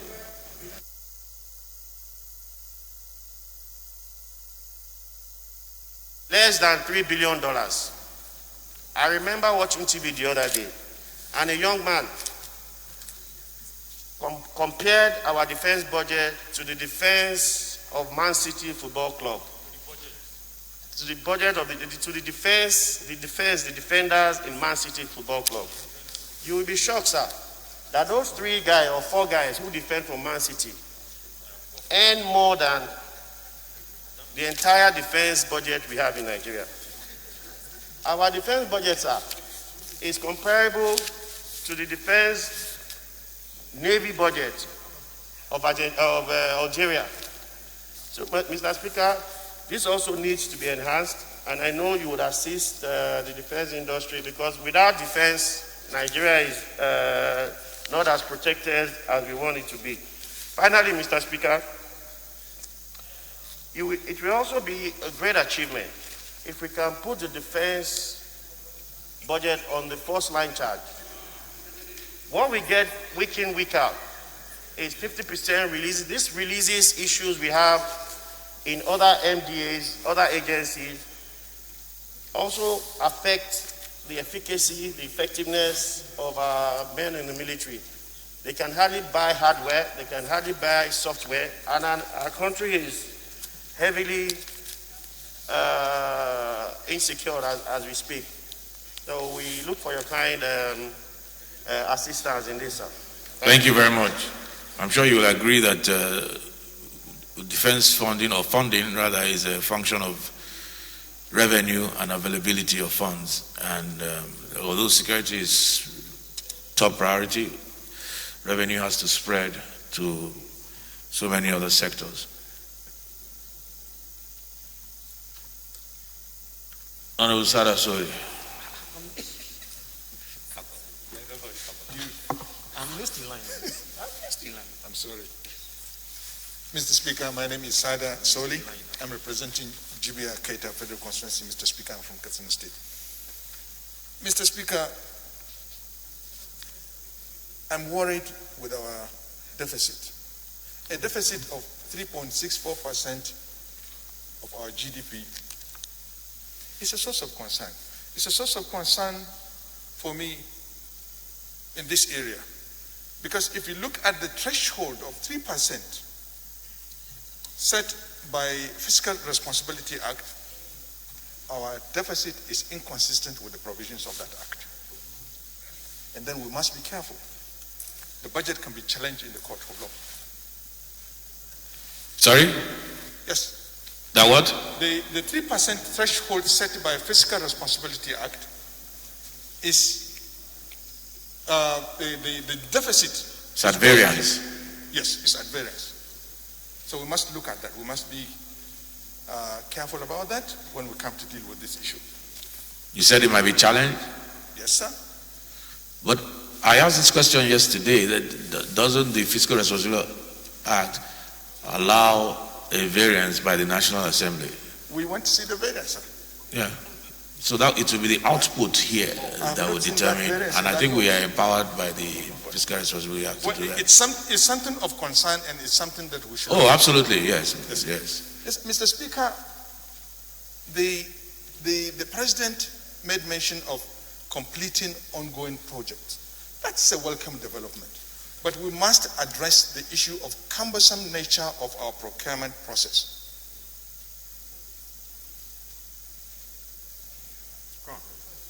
Mr. Speaker, continue here. Also, as long as we want to complete projects, if you look at the implementation of our budget is being handled by the civil servant. So we must address the recidivism of our public sector governance. The level of recidivism in our public sector governance is a very serious hindrance in completing projects in this country. So year in, year out, we have this preponderance of ongoing project because of the cumbersome nature and the way our public sector governance is structured. We must also address that so long as government wants to achieve a 12-year calendar budget cycle. Mr. Speaker, the budget must invest in our manpower. Why do I say so? If we did not invest in our manpower, we cannot be competitive. Look at China today. Where was China 25 years back? But they have realized they have the manpower, they have to invest in it, and they have invested in it. Today, China is competitive in the world. So we must take that advantage of investing in our manpower. Mr. Speaker, we must support, the budget must support the SME. There is little support in SME. It was somehow whitewashed. The mention of SMEs is there, but we must support the SMEs so that we can invest also in technical education. Technical education is the key to go, is the key to break through, is the key to become competitive in the world today. Mr. Speaker, we're talking about financing our deficit. We must look at the area of revenue remittance from our MDAs. It is an important factor that can help us ease off some of these borrowings that we traditionally engage in financing our budgets. The issue of railway development is a welcome idea. It will help encourage regional trade, it will open some access, and also it will improve the lifespan of our roads because a lot of big haulage vehicles will be off the roads and then will use the roadway. I support Mr. President, and it's a welcome development the way they are going to open up some of the corridors that will connect most of the regions with railway development. Mr. Speaker, the President said they are going to finance the budget with proceeds from privatizations. Which enterprises do we have that we are going to privatize? Is the climate for privatization available? With the COVID and so many other things, are we sure we'll get that investment? So we must also look at that because that can also affect the implementation of the budget. Thank you, Mr. Speaker. You will take Honorable Sages and then close on this row with the leader before we move to the next row. But we're running short of time. Please, can we move as quickly as possible? Just limit our contributions. Thanks. Thank you, Mr. Speaker. My highly esteemed colleagues, I'm Sejus Ose Ogun. I represent Esan Northeast, Esan Southeast, and I'm from Edo State. Mr. Speaker, I want to commend this government. I know you want to hear that. For this, the budget implementation report, which is in compliance with the Fiscal Responsibility Act 2007, Section 30 and 50. This is supposed to be done quarterly, and which they are doing. That's why the commendation.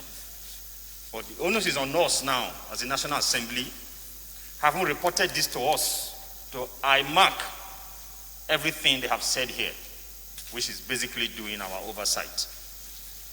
And Mr. Speaker, if we are doing that, that's why most of us will not agree that the budget can never go back to the executive the way it came. Because I can sit here, police budget, total is 454 billion. Personnel alone is 420 billion. Today, we have our youths on the streets talking about end SARS to end police brutality. It now is now hashtag reform police. If we cannot get the details, or if we cannot critique what the executive has submitted to us as a budget for the police, we cannot complain about the police not well remunerated. For example, look at the overhead. I think overhead is about 12 billion here. We should be able to see from the budget the cost of funding police vehicles and maintenance. We should see that clearly. So that when the young men or the youth were supposed to come in here yesterday, I only saw that in the news, that they were stopped. We have to be able, especially the leadership, should be able to tell them from this budget clearly, this is how much is earmarked for the police, this is how much a sergeant earns, this is the pension for those that are retiring and all that. So we should get that, and as a body that will approve this budget, critique it. Same thing with the civil servants. Again, the Fiscal Responsibility Act 2007, clearly section 21, sub 1 to 3, says that the MDAs, they will write the budget, submit to their ministers, who will in turn submit to the finance minister, who will now send a draft to the president before the president can lay it here. So the civil servants that are writing the budget, have we checked their remuneration? They write the budget, we approve it, and send back to them to execute. And we are here talking about corruption. How much is their take home? What is their salary? So, Mr. Speaker, it's an annual ritual to bring the budget here. And then we are criticized for not releasing it early.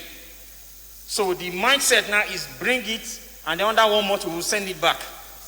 But the people out there are going to hold us responsible for what we are sending out there. So I'm pleading with this House that we should critically look at this budget, raise questions, and whatever we put out there, we should be able to defend it. The youths were not able to come here yesterday, but someday very soon they will come. And they might arrive here before us and take over this place. It's just a note of warning. Thank you, Mr. Speaker.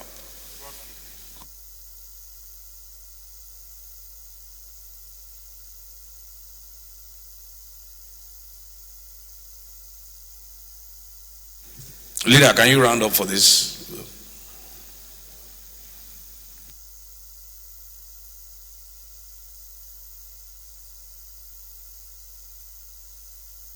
I come from Kaduna State and I represent Kaura Federal Constituency. Mr. Speaker, I wish to also join all my respected colleagues in commending the President for the timely presentation of the budget, proposed budget 2021. Mr. Speaker, I also wish to commend the 9th Assembly for the speedy passage of the outgoing 2020 Budget Appropriation Act. Mr. Speaker, we are talking about budget. And when we discuss budget, we discuss investment and expenditure, which is one of the prominent factors that contribute to the growth of the economy of any country. Therefore, Mr. Speaker, the performance of every budget lies in the implementation. And when implementation is not met totally, the budget performance suffer. But in implementation, again, Mr. Speaker, it means government must do all that it can do to block revenue leakages, to also ensure that the revenue income structure is healthy and that it should also improve and organize our spending habits. Mr. Speaker, to quickly say that while I'm encouraged by the content of the presentation of the budget, I would want to say that I have observed carefully that the current budget proposal seems not to have captured the gender budgeting, which is usually that area that caters for the problems of women and girls in our society. Women and girls in our society are very vulnerable throughout the cycle of their life.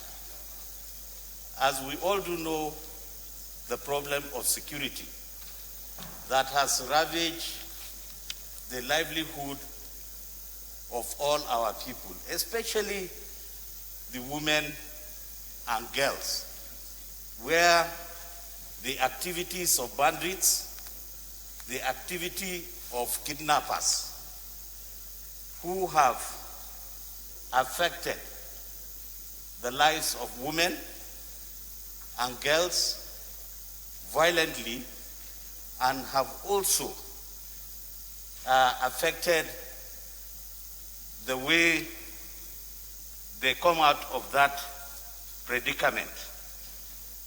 Mr. Speaker, our women and girls have suffered exploitation, whether it is politically, whether it is socially, whether it is religiously. And of course, they have also, this budget has not taken care of the negligence that befalls our women and girls due to their dependence and lack of access to resources. Therefore, Mr. Speaker, honorable colleagues, I call on all of you, all of us, to look at ways how we can factor elements that can take care of the trauma occasioned by the activities of these bandits and kidnappers meted on our girls. Mr. Speaker, finally, I would like to also call on this House to look at ways that we can encourage private partnership equity arrangement on implementing and executing our projects. I believe if we can encourage private investment in taking care and looking and implementing and carrying out projects for the basis of sustainability so that we can reduce many loads that the federal government have to do when it's implementing its budget. Therefore, Mr. Speaker, with these few words, I beg to. Thank you, Leader.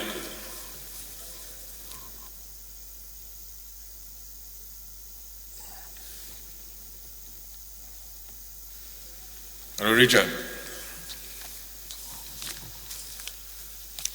Thank you, Mr. Speaker. Honorable colleagues, my name is Dr. Richard Bandi. I represent the people of Kasinala, Okun, Logo Federal Constituency. Mr. Speaker, as representatives of the people, it is our responsibility to guarantee and ensure socio-economic development of their well-being. Mr. Speaker, this is through the instrumentality of the budget.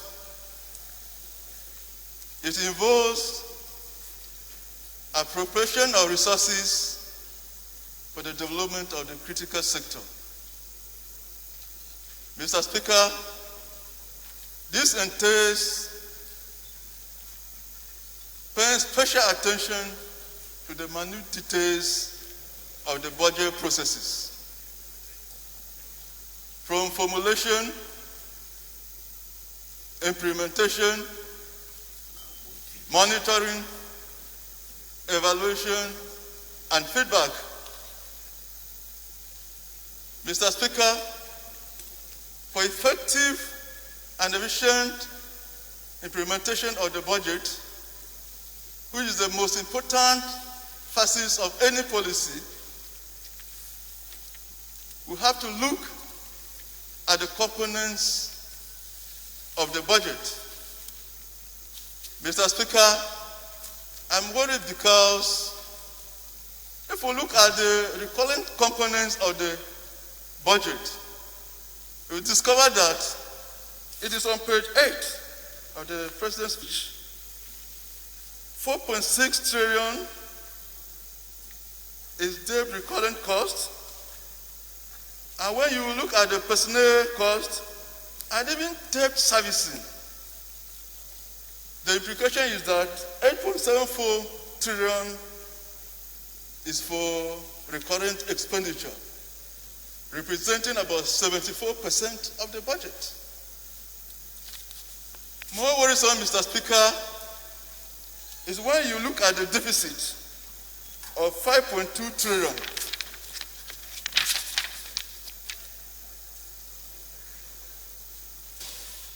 The financing items is mainly by new borrowings, totaling 4.2 trillion.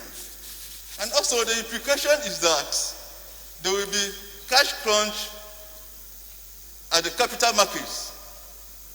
The private sector component of the economy will be not able to access funds, thereby forcing private-owned companies to close down, resulting to massive unemployment in the country.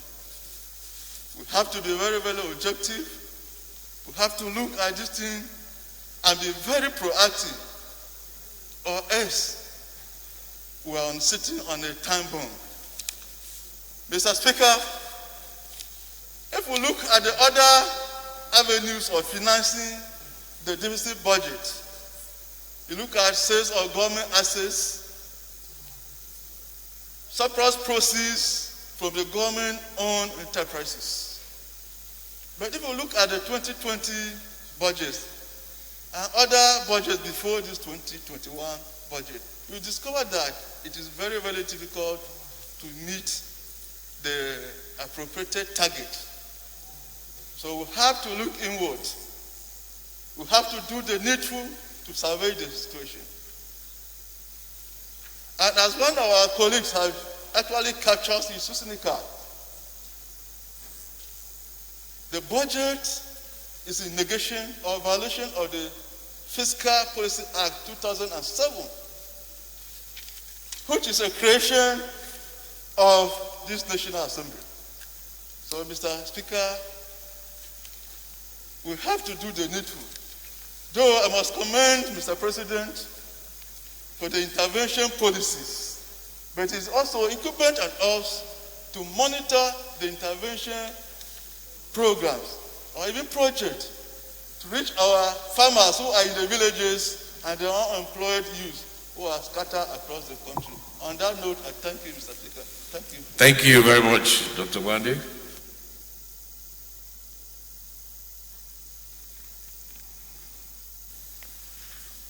Abdulkadir Oningi.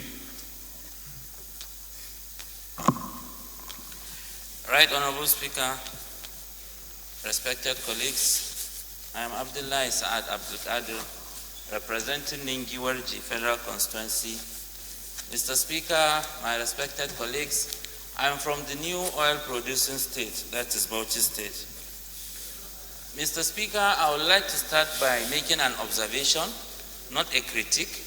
I believe an important law of this nature, it needs more than this number of days to properly dwell on it, to prepare, because I I, for one, I know that I just got copies of the speech and the breakdown of the budget yesterday. So I believe it is not enough time for us to digest it and make robust and qualitative contributions. So it's just an observation. And secondly, on behalf of the members sitting on this row, I want to appeal to Mr. Speaker that next time when you start from the far end, the following day you should start from this row.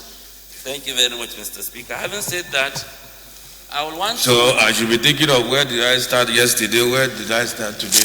Yes. Honorable Ningi. See how now, in terms of time, now you spend 2 minutes. You have not even started your debate. That is an observation, Mr. Speaker. Go ahead. No, but noted. Yeah. Good observation. Mr. Speaker, I want to commend the federal government on the key assumptions of this bill, because if we look at the exchange rate, if we look at the crude oil price and the volume of production, I think it is within an acceptable limit. Given the fact that we are facing a very uncertain period, the economies of the world is in a very vulnerable state due to the coronavirus pandemic and its implication. So it is always good to stay on the side of caution. So it is good to have a conservative estimate. I thumbs up the federal government for that. And also the 29% expenditure that is dedicated to the capital aspect of our budget is also commendable in the face of growing public expenditure, in the face of growing overhead costs, growing personnel costs, but still the government is able to retain 29% for our capital expenditure. It is commendable. We'll have loved to get up to 50% or more. But looking at the realities of time, I think the government has done something that is really commendable, and we should appreciate the government for that and support it. Mr. Speaker, having said this, I have some worries. Number one, the issue of debt, rising debt profile. If you look at the budget, we have over 4 trillion that has been set aside that will be used to service the debt of the country, and even borrowings to fund the budget itself. Mr. Speaker, it is on this note that I want to urge my colleagues to queue behind you in your recent crusade for the call of cancellation of certain debt owed by African countries. I believe if we can get that, it is going to help us a lot, and we are going to see the impact in our budget and in our spending, and because it is going to free up some resources that will be diverted to use to fund critical projects that we need for overall national development. So, Mr. Speaker, we also commend you, and we are going to stand behind you to see that we get this budget cancellation. And not only budget cancellation, Mr. Speaker, there is the question of budget restructuring. Even the domestic debt that we have, especially for bond owners and what have you, I think there is the need for us to sit down with this, with our creditors to see how we can restructure this budget so that we'll have more breathing space and have more resources that can be deployed for national development. Mr. Speaker, I want to commend the government, I want to commend the President, I want to commend you, Mr. Speaker. If you will remember when the external borrowing plan was before us, majority of members from the Northeast and Southeast, we protested against it because of exclusion of the eastern corridor of the rail of this country. And I'm happy that now the government has approved that project in line with what we passed in approving the external borrowing plan, because we put a proviso, a special clause, and you were responsible for that. The people of Northeast and Southeast are grateful to you, and we are grateful to this House. However, I will not finish without drawing the attention, because I happen to be a member of one of the committees when we were doing our budget defense last year. The Honorable Minister of Transportation was quoted to have said that the issue of constructing standard gauge rail lines is very expensive. So he was mooting an idea of constructing normal gauge lines for the other corridors. Mr. Speaker, in all humility and with due respect, the Eastern Corridor is also supposed to be a standard gauge line and not a normal gauge line. I think it is very important we raise this point so that the people of that region will not be given a kind of second-class treatment. Mr. Speaker, in paragraph 72 of the speech of Mr. President, he said that water resources projects are going to be executed in the Northeast. It is on this note, Mr. Speaker, I presented a motion calling on the federal government to reactivate the Kefin-Zaki Dam in Bauchi State.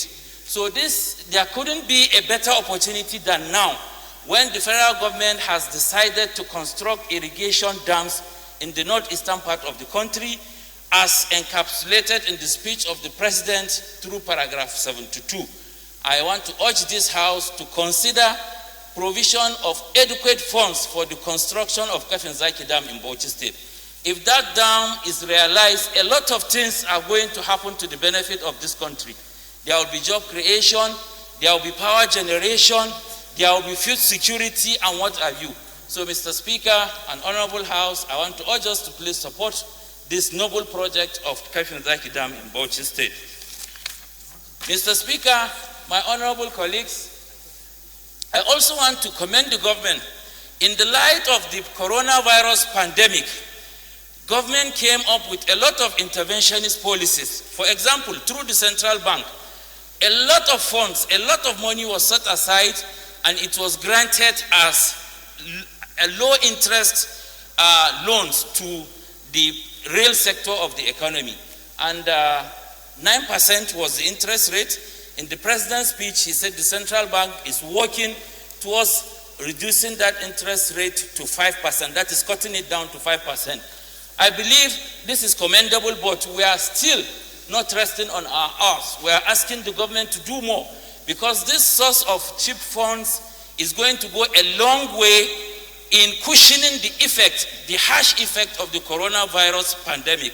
It is on this note that we are calling on the federal government of Nigeria through the central bank to look at the possibility of cutting down further the interest rate from 5% to maximum of 2%. I believe this will go a long way in protecting jobs and in ensuring macroeconomic stability in the country. And also, Mr. Speaker, let me stop at this juncture by advising the Honorable House that we should look at the issue of the Fiscal Responsibility Act very critically. This year, it is 3.64% above the threshold. I mean, the threshold says that you cannot have a debt of more than 3% of your GDP, while in the plans, in the budget, it is 3.64. Last year, it was 3.57 in the revised budget. So I want to urge this House that we should look at the possibility of amending that particular aspect of this Fiscal Responsibility Act. Even if we are not going to increase it to 5%, we should put a proviso that any time government wants to go beyond the 3% threshold, it must be backed by a joint resolution of the two houses of the National Assembly. That way we'll have some flexibility to allow government to respond to issues that they have no control. For example, what happened this year and why this debt is going to that is perhaps due to the coronavirus pandemic. And the government cannot stand and say it will just be fixated to what is in the law, because it is not going to solve the problems at hand. So if we have a leeway, if we have a kind of flexibility that we can play around, I think it's going to help this kind of situations. Thank you very much for giving me this opportunity to contribute. Thank you.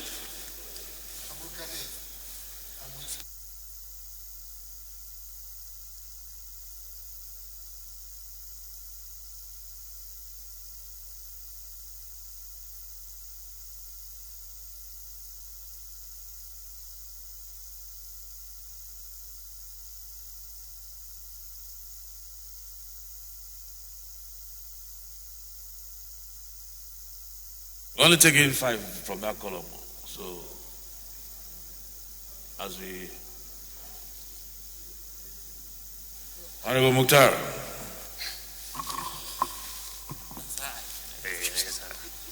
Thank you very much, Mr. Speaker. Honorable colleagues, my name is Mukhtar Ahmed, popularly known as Morovia politically. I represent the good people of Kaduna South Federal Constituency. Mine is just a rider on the last speaker, especially on the issue of this government soft loans that is coming from the Central Bank of Nigeria. Since the beginning of this good exercise, unfortunately, a number of people, especially in the northwestern part of the country, have not really benefited.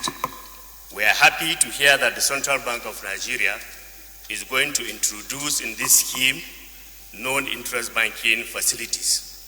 Because one of the main challenges that we are having is the religious belief that the interest rate is prohibited in the Islamic religion. So we are happy that the Central Bank of Nigeria is going to introduce the non-interest banking on this scheme. I urge my honorable colleagues, especially those that are coming from this part of the country, the northwestern part of the country, we should sensitize and educate our constituents, because in the last exercise, after reviewing it holistically, we are really shortchanged. Mr. Speaker, I would also wish to commend you, especially the Finance Committee of this House, on the job that we have done on the issue of the MTEF and the FSP. When my honorable colleague was speaking, I was thinking that he has omitted the good job done by the Finance Committee, because during the break, they spent a number of hours in this House trying to see that that document, scaled through. Honorable Speaker, members, I also wish to commend all of us for what we have done so far, but we need to do more, because at the end of the day, those that are going to benefit from this exercise are our constituents. So please, I will urge you to support the implementation and the quick passage of this bill for the benefit of all, by the grace of God. Thank you very much, Mr. Speaker.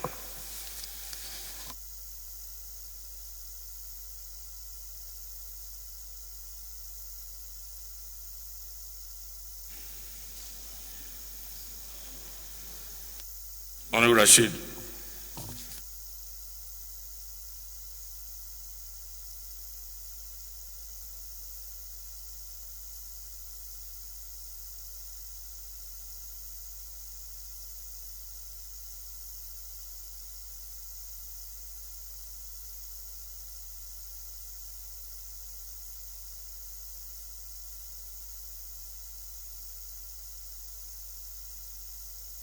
Mr. Speaker, my name is Honorable Olaleko Rashid Afolabi. I represent the entire people of the Federal Constituency. I'm from Osun State. Mr. Speaker, a lot has been said about the budget proposal of 2021. But I want to just bring our attention to the critical aspect of the budget. When we look at our recurrent expenditure, this stands as 43% of the total budget size, and we compare it with our capital expenditure, we stand as 27% of our budget size. You will realize that this kind of a budget ratio cannot really engender the desired development for this country. And the way out of this predicament is to, one, work on all these our revenue generating agencies. Because in the course of our oversight function as a member of the Finance Committee, you are able to interact with a lot of revenue generating agencies. We realize that most of them, they spend almost all what they generate. Especially whereby an agency will generate 25 billion and we spend 24.5 billion out of the amount. Some even come with an income statement that posts a deficit. And one will ask whether it is possible to spend money that you cannot generate. But because of the fact that a majority of these agencies and their management, because of their management, they have turned themselves to principalities and power in those places and they believe they can spend the whole amount they generate without being reprimanded by the executive. I think we have to step up on our oversight function to ensure that we tame these excesses from all these agencies so that we can bring down the deficit side. When you look at the deficit, as one of our honorables said the other time, the level of deficit of 5.something trillion, which amounts to about 39.8%, approximately 40% of the budget size of 13 trillion, calls for a lot of concern. And because of the fact that this budget deficit is going to be financed by borrowing, I think there's need for us, especially on the part of the executive, to be more transparent and accountable to the public. So in the light, against this background, Mr. Speaker, I want to suggest that maybe in subsequent year, before the President brings the budget to this floor, we invite the Honorable Minister of Finance and the Budget Office to come and give us the performances and the usage of all the loans, because as of today, Mr. Speaker, Nigerians are becoming more agitated because of the misinformation that are going on social media that the House is just approving loan for the federal government and the loan.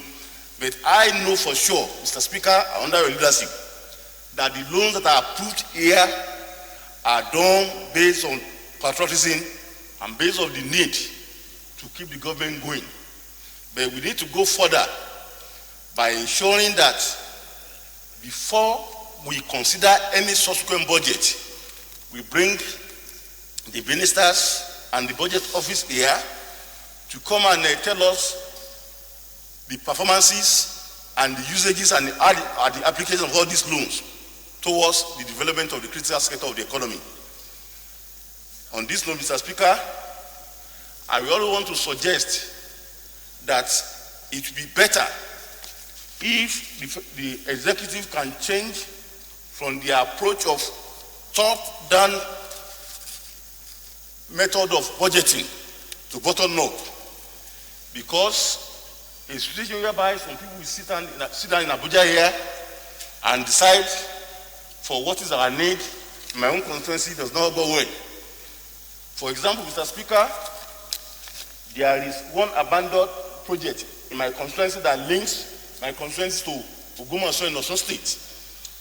It's a case of a bridge that has been broken, that has been swept away for a number of years. The project is abandoned, and I remember that last year I raised a motion on this floor to bring the attention of the federal government and Ministry of Work to that road. But up till now, there's little or nothing that's been done on that project. But if there is opportunity for us to interact or have interaction with the budget office before they come up with budget, we'll have been able to put forward our critical needs to them so that they'll be encouraged in the budget.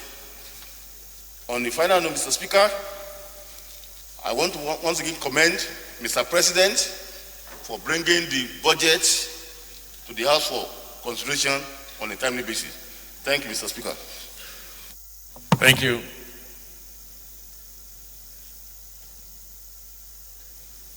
Professor Yoberi and then Honorable Chidoka after that.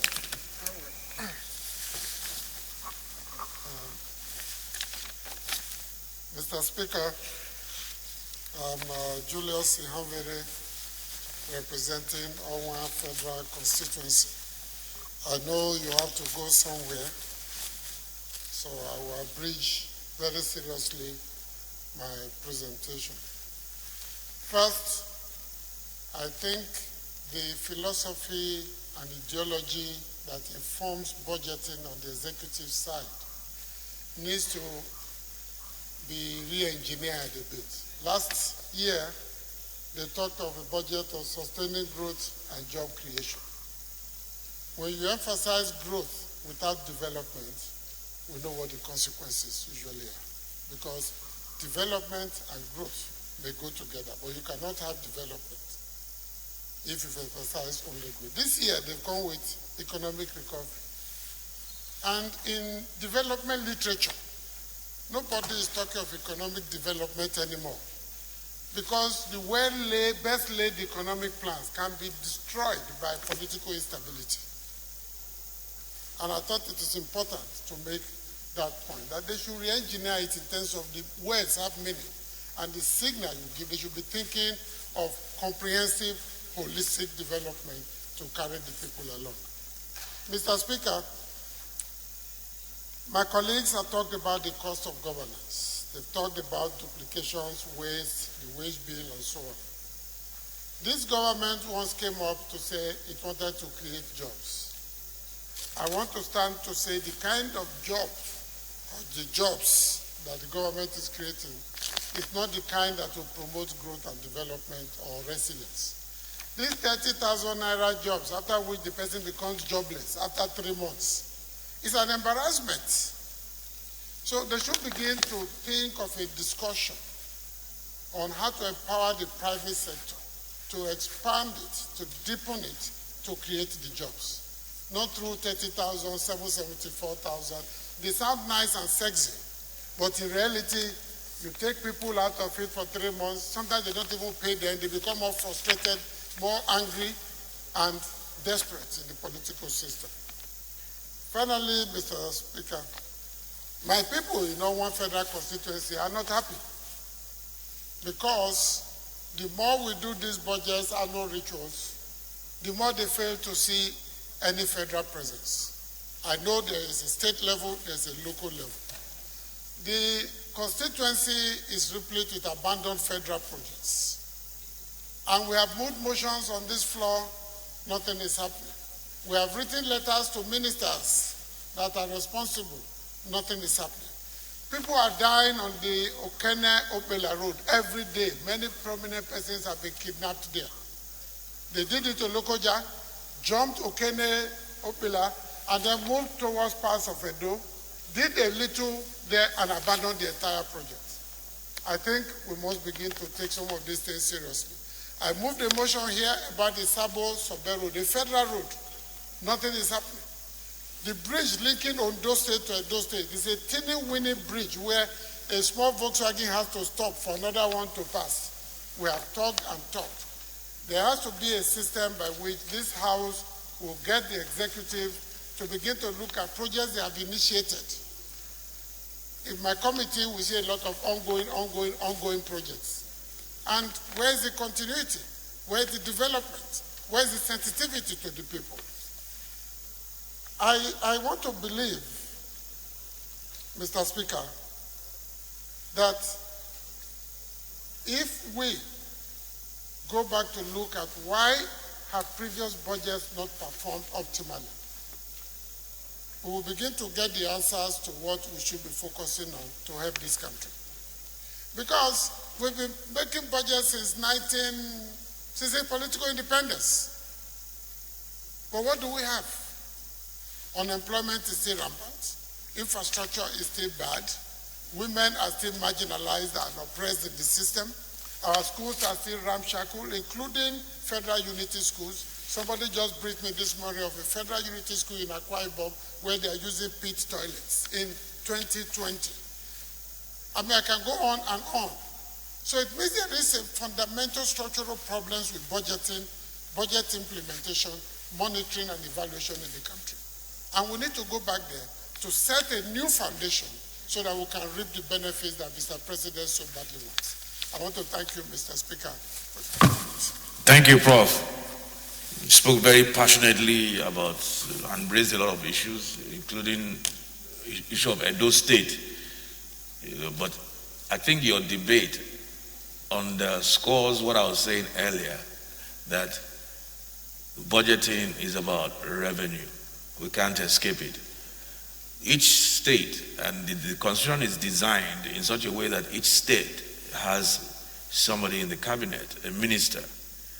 So if, and in your own state, it becomes even more glaring because the Minister of State for Budget and Planning, I believe is from your state.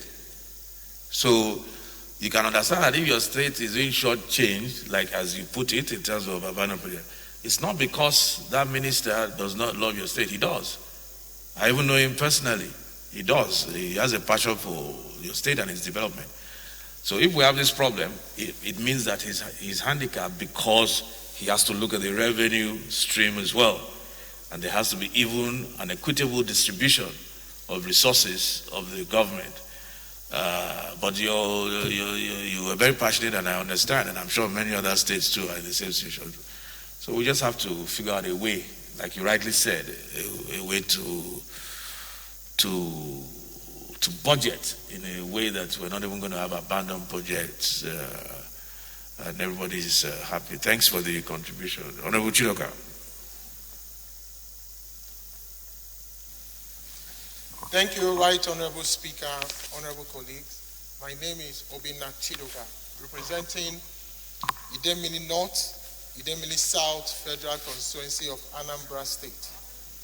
Mr. Speaker, just last week we received the 2021 budget of economic recovery and resilience. I must also commend this government for returning back to the January-December cycle, and we see a budget that has 27% increase from the 2020 budget of 10.3 trillion. And also, Mr. Speaker, continuing on the second Niger bridge, which work has advanced, and hopefully that by 2021, end 2021 or fourth quarter 2021, the second Niger bridge will come on stream. But however, Mr. Speaker, you were here seated. In fact, the press reported that you and the Senate President looked very happy the day the President came to present the budget, meaning that the budget will be accepted to expeditiously. So you remember that the President paused when he said that the budget of the National Assembly is 128 billion. And the mischievous people out there, what they have done is to divide 128 billion by 469 members. That's all they've done. And right now, our young ones are out there protesting about end SARS. Now, the mischievous ones have turned it again to say end senators and House of Rep members' salaries. That's another mischievous one. And I will come back to that because I know that it is not what I end doesn't take me home, actually. But coming back to this budget, it was late Chief Obafemi Awolowo in the Second Republic that mentioned that our ship of nation state is fast approaching a rock. And why will I put that quote here? Because the figures are not rhyming. He says that external debt is hitting at almost 27 billion US dollars. SS crude account is barely at $71 million. There is lower demand for oil and revenues are coming from there. In fact, some of the IOCs are moving away from the oil we know of it today into renewable energy. Unemployment stands at 27% with over 25 million youths who are unemployed. And you can see them all over Lagos, Abuja, Enugu, they're everywhere protesting. And of course, the president himself mentioned about the negative growth of Q2 2020, which was done by the National Bureau of Statistics at 6%. So all these points to, is a pointer to a crisis point of which this government and this budget couldn't or incapable of addressing. So the 2021 budget as projected by the president, both in his revenues and projections, has somewhat become unrealistic. And then to compound this issue, recently, Right Honorable Speaker, you know, when I speak about this government, sometimes I have to extricate you from this government somehow, because I know the work you have also tried doing, of also intervening in the power sector crisis, intervening in, of course, the fuel high price crisis, that have made sure that these other agencies or non-governmental agencies or the trade unions haven't gone on strike. Also, in contradiction to the MTEP and FSP documents, which we put into it to reduce the MDAs by implementing the Orasonya report. Now we see a budget that is creating more agencies and creating more higher education institutions, thereby multiplying our recurrent expenditure. But a lot of those things stem from the bills on the floor. Yeah, well, yes, sir, but... Including yours, I remember yours. No, I don't have any so continue. institution. My place is replete with educational institutions. UNIZIC is there. We want it funded. You know, my governor is pushing for another one in his home state, but we want the UNIZIC and the rest to be funded, Mr. Speaker. So the budget also didn't look at the issues of little thinking about the diversity in the economy. But finally, Mr. Speaker, what brings to my mind is the Ministry of Environment. And I've searched, and I'm going to keep searching. I don't know if anybody knows here, if the chairman is here, for the budget of Ministry of Environment for 2021. Mr. Speaker, the Southeast is replete with erosion and flood issues. We need a lot more money for us to deal with the issues we have. Starting from my paternal home, from my grandfather's house, which is in Obosi, that have been taken away by erosion. Starting with over 1,000 sites of erosion sites in Anambra, which is threatening the house of the former vice president of this country, the late Chief Alex Ekweme, from Uke to Idani, to Mpo, to Ogidi, to Obosi, and all other towns in Idemili North and South, to Anambra, Imo, Ebonyi, everywhere is ravaged by erosion. And I want to see a situation where this government can address that. There's a documentary which says nowhere to run. So when I'm talking about the Southeast, I'm also talking about the Lake Chad, which is receding. So when these guys can't get water from Lake Chad, what do? They start down and come to the south and to the southeast. And finally, Mr. Speaker, to your command, and I need to give you that time, I want to say that I support the hashtag #EndSARS being championed by our youth out there. I want to let them know, by the time they start saying these things gradually, it will not make sense to us, but very soon it will make sense to us. The #EndSARS is end the Special Anti-Robbery Squad. It is not about our, whatever it is that is going on here in National Assembly, that we are all together in this Thank you, and will support Honorable them Chidoka. Thank you. We'll close with Honorable Fulata. It's 2 o'clock. Right, no, Honorable Fulata. Oh, you have a right of reply? Okay, we'll share it with the Honorable Fulata. Go ahead, and then the leader will close with his right of reply. Actually,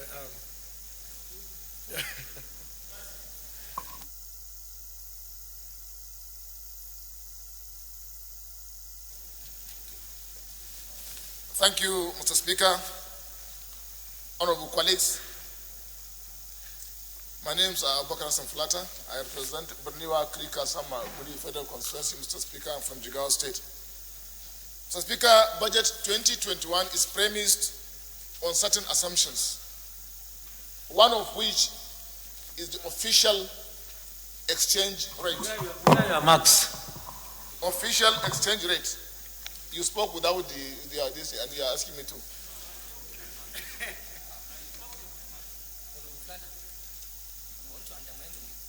Mr. Speaker, my concern what is different? Is on the official exchange rate, which has a very, very serious implication for the economy.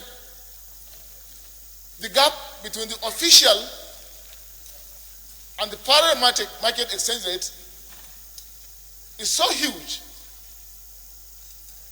It's $86.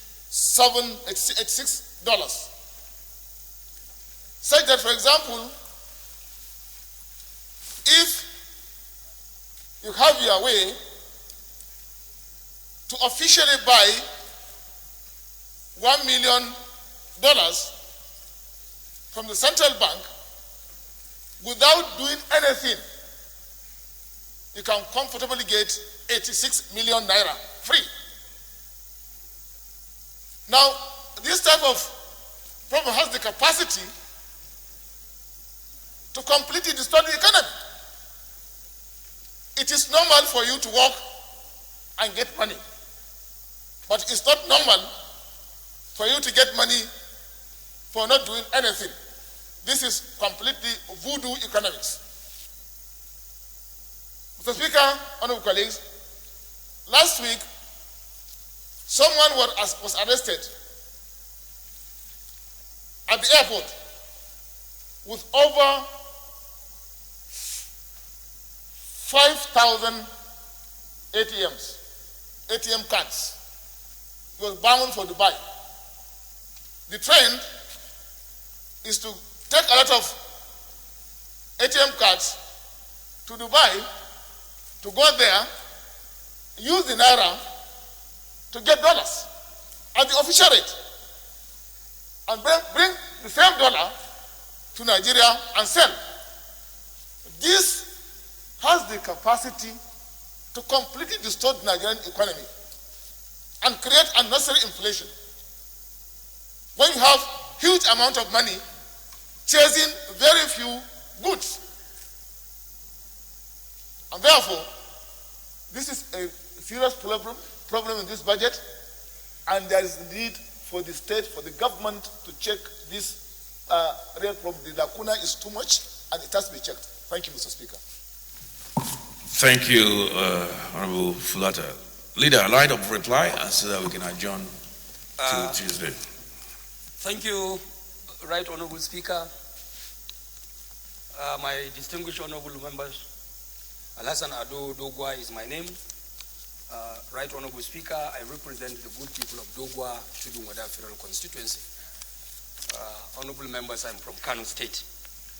Your Excellency, I rise to use this opportunity by way of right of reply. Leader, put your marks properly.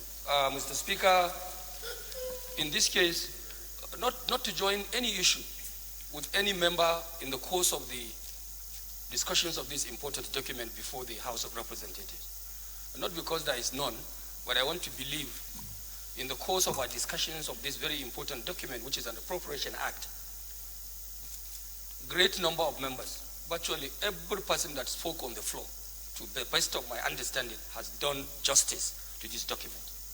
And I can see in them the spirit of joint task, nation building being a joint task. I have also seen in their spirit, Your Excellency, Mr. Speaker, honorable members, that commitment of our honorable members to look at this document as a national document, and with the overriding principle of national interest, being driven, of course, by the interests of the people we represent on the floor of the House of Representatives. And it is on that note, Mr. Speaker, I would like to thank each and every one of them who has contributed, even for those areas where they raise critical issues of certain observations that we need to look at as a body, as a House, Mr. Speaker. I would like to commend them for doing what they have done, and I believe the leadership under your able watch will do justice to most of the submissions given in order for us to redirect the context and the content of the budget, so that ultimately the budget will now be seen to be the budget of the people of the Federal Republic of Nigeria that will be geared towards actually propelling development in the area of infrastructure, in the area of agriculture, and various aspects of our economic developments. I believe the document will be given that consideration. Mr. Speaker, I still want to add that going within the spirit of our commitment to continue to liaise and operate on the same page with the executive arm of government, bearing the fact that, yes, this is one single government, I would like to charge the committee chairman, the standing committee chairman, who are now going to be dissolved as subcommittee chairman, as subcommittees to the main appropriation committee, that we must not compromise in any way this unprecedented achievement we have made to reverse to January and December budget cycle. When you said this achievement was made by the executive, fine. The executive also complied by the agenda we set. But I think actually in the real sense that the job was done here. And I don't think any one of us will compromise or afford to make us lose this important step we have taken in the history of our budgetary process in the Federal Republic of Nigeria. I will urge committee chairmen, while doing the needful in the discharge of their respective duties at the committee level, to also look at this issue of the new calendar of our budgetary process, as a key thing that we cannot afford to compromise. Mr. Speaker, it's an unprecedented success, it's an unprecedented achievement under your watch that we have to also guard very jealously. At the end, Mr. Speaker, I believe so many things that were raised were germane, but I want to make final reference to the fact that this budget, 2021, tagged as budget of recovery and resilience, is one important budget that we must all accept to pass. It has to pass because of the robust and unprecedented sensitivity it has shown in the area of defense, which is our major challenge in the economy. Defense is one important thing because we have to secure environment, we have to secure our economic programs, we have to secure everything in the country before any other thing thrives. That is why you have seen in the budget that the defense aspect in terms of security of lives and property of our people has attracted the highest component in the budget itself. A whopping sum of 840 billion naira allocated to the Ministry of Defense alone. And like I've said yesterday, sir, a whopping sum of over 441 billion naira allocated to the police force. And another sum of 227 billion naira allocated to the Ministry of Interior for internal security. If not for anything, this budget has to pass because of this unprecedented sensitivity it has exhibited in terms of our present predicament in the area of security of lives and property of our people. And even for those new agencies, honorable members, even for the new agencies, of course, Chidoka raised a very germane factor that in a situation like this, we may not have to jack up our expenditure, especially recurrent expenditure. But the Speaker has rightly responded to that. The executive, despite the huge responsibility, fiscal responsibility on it, is now trying to really put to practice this good partnership between the executive and the legislative arm of government. And it is in so doing that the executive decided to agree to fund these new agencies and institutions which mostly came up from bills and resolutions of this important House of Representatives. I think this is a giant step. It's a good step from the executive arm of government that we must have to reciprocate at every point in time. Mr. Speaker, I thank you for this opportunity, and I thank each and every member of the House for giving this appropriation bill the attention and, of course, the consideration it deserves. I wish the committees will also do justice in the course of their engagement, budget, defense, and what have you, and never forget the directive of Mr. Speaker to also observe the COVID-19 protocol in the course of their engagements with MDAs and ministries of government. Thank you, and God bless the Federal Republic of Nigeria. Thank you, Leader. You have spoken truly as a House Leader, a nationalist, a patriot, and a consummate politician in trying to get this budget passed. So I just put the question. Honourable members, the question is that the bill be now read a second time. Those in favor of the motion, please say aye. Those against, please say nay. Ayes have it. Clerk, please read the long title of the bill, please.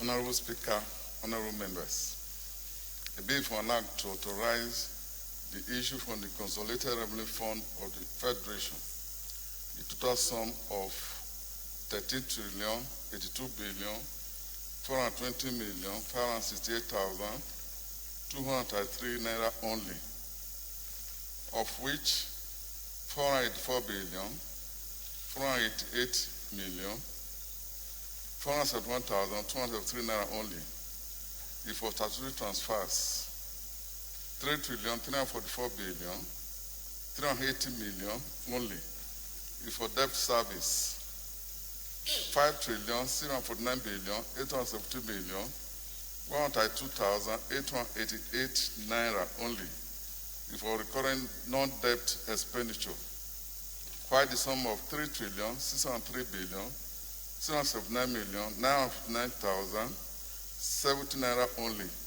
is for contribution to the development fund for capital expenditure for the year ending 31st December 2020. Second reading.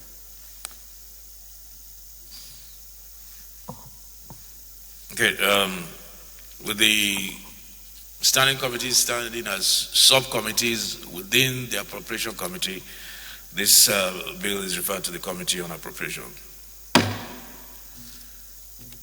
Leader, remove for adjournment.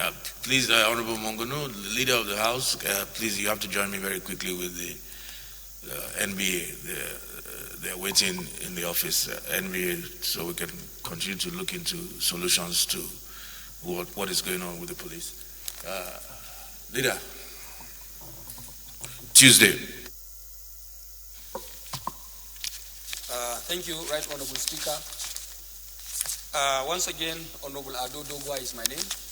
By the grace of God and the leave of the House, the Leader of the 9th House of Representatives.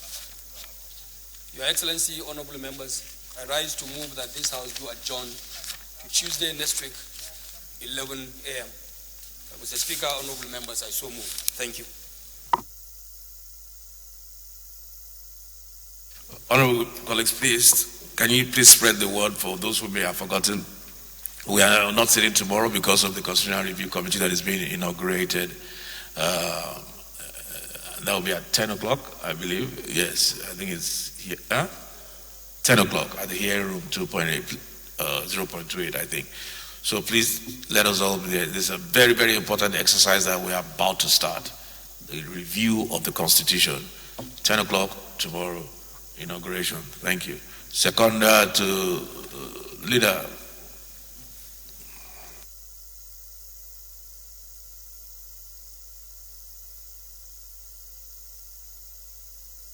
I come from Kaduna State. I represent Kaura Federal Constituency.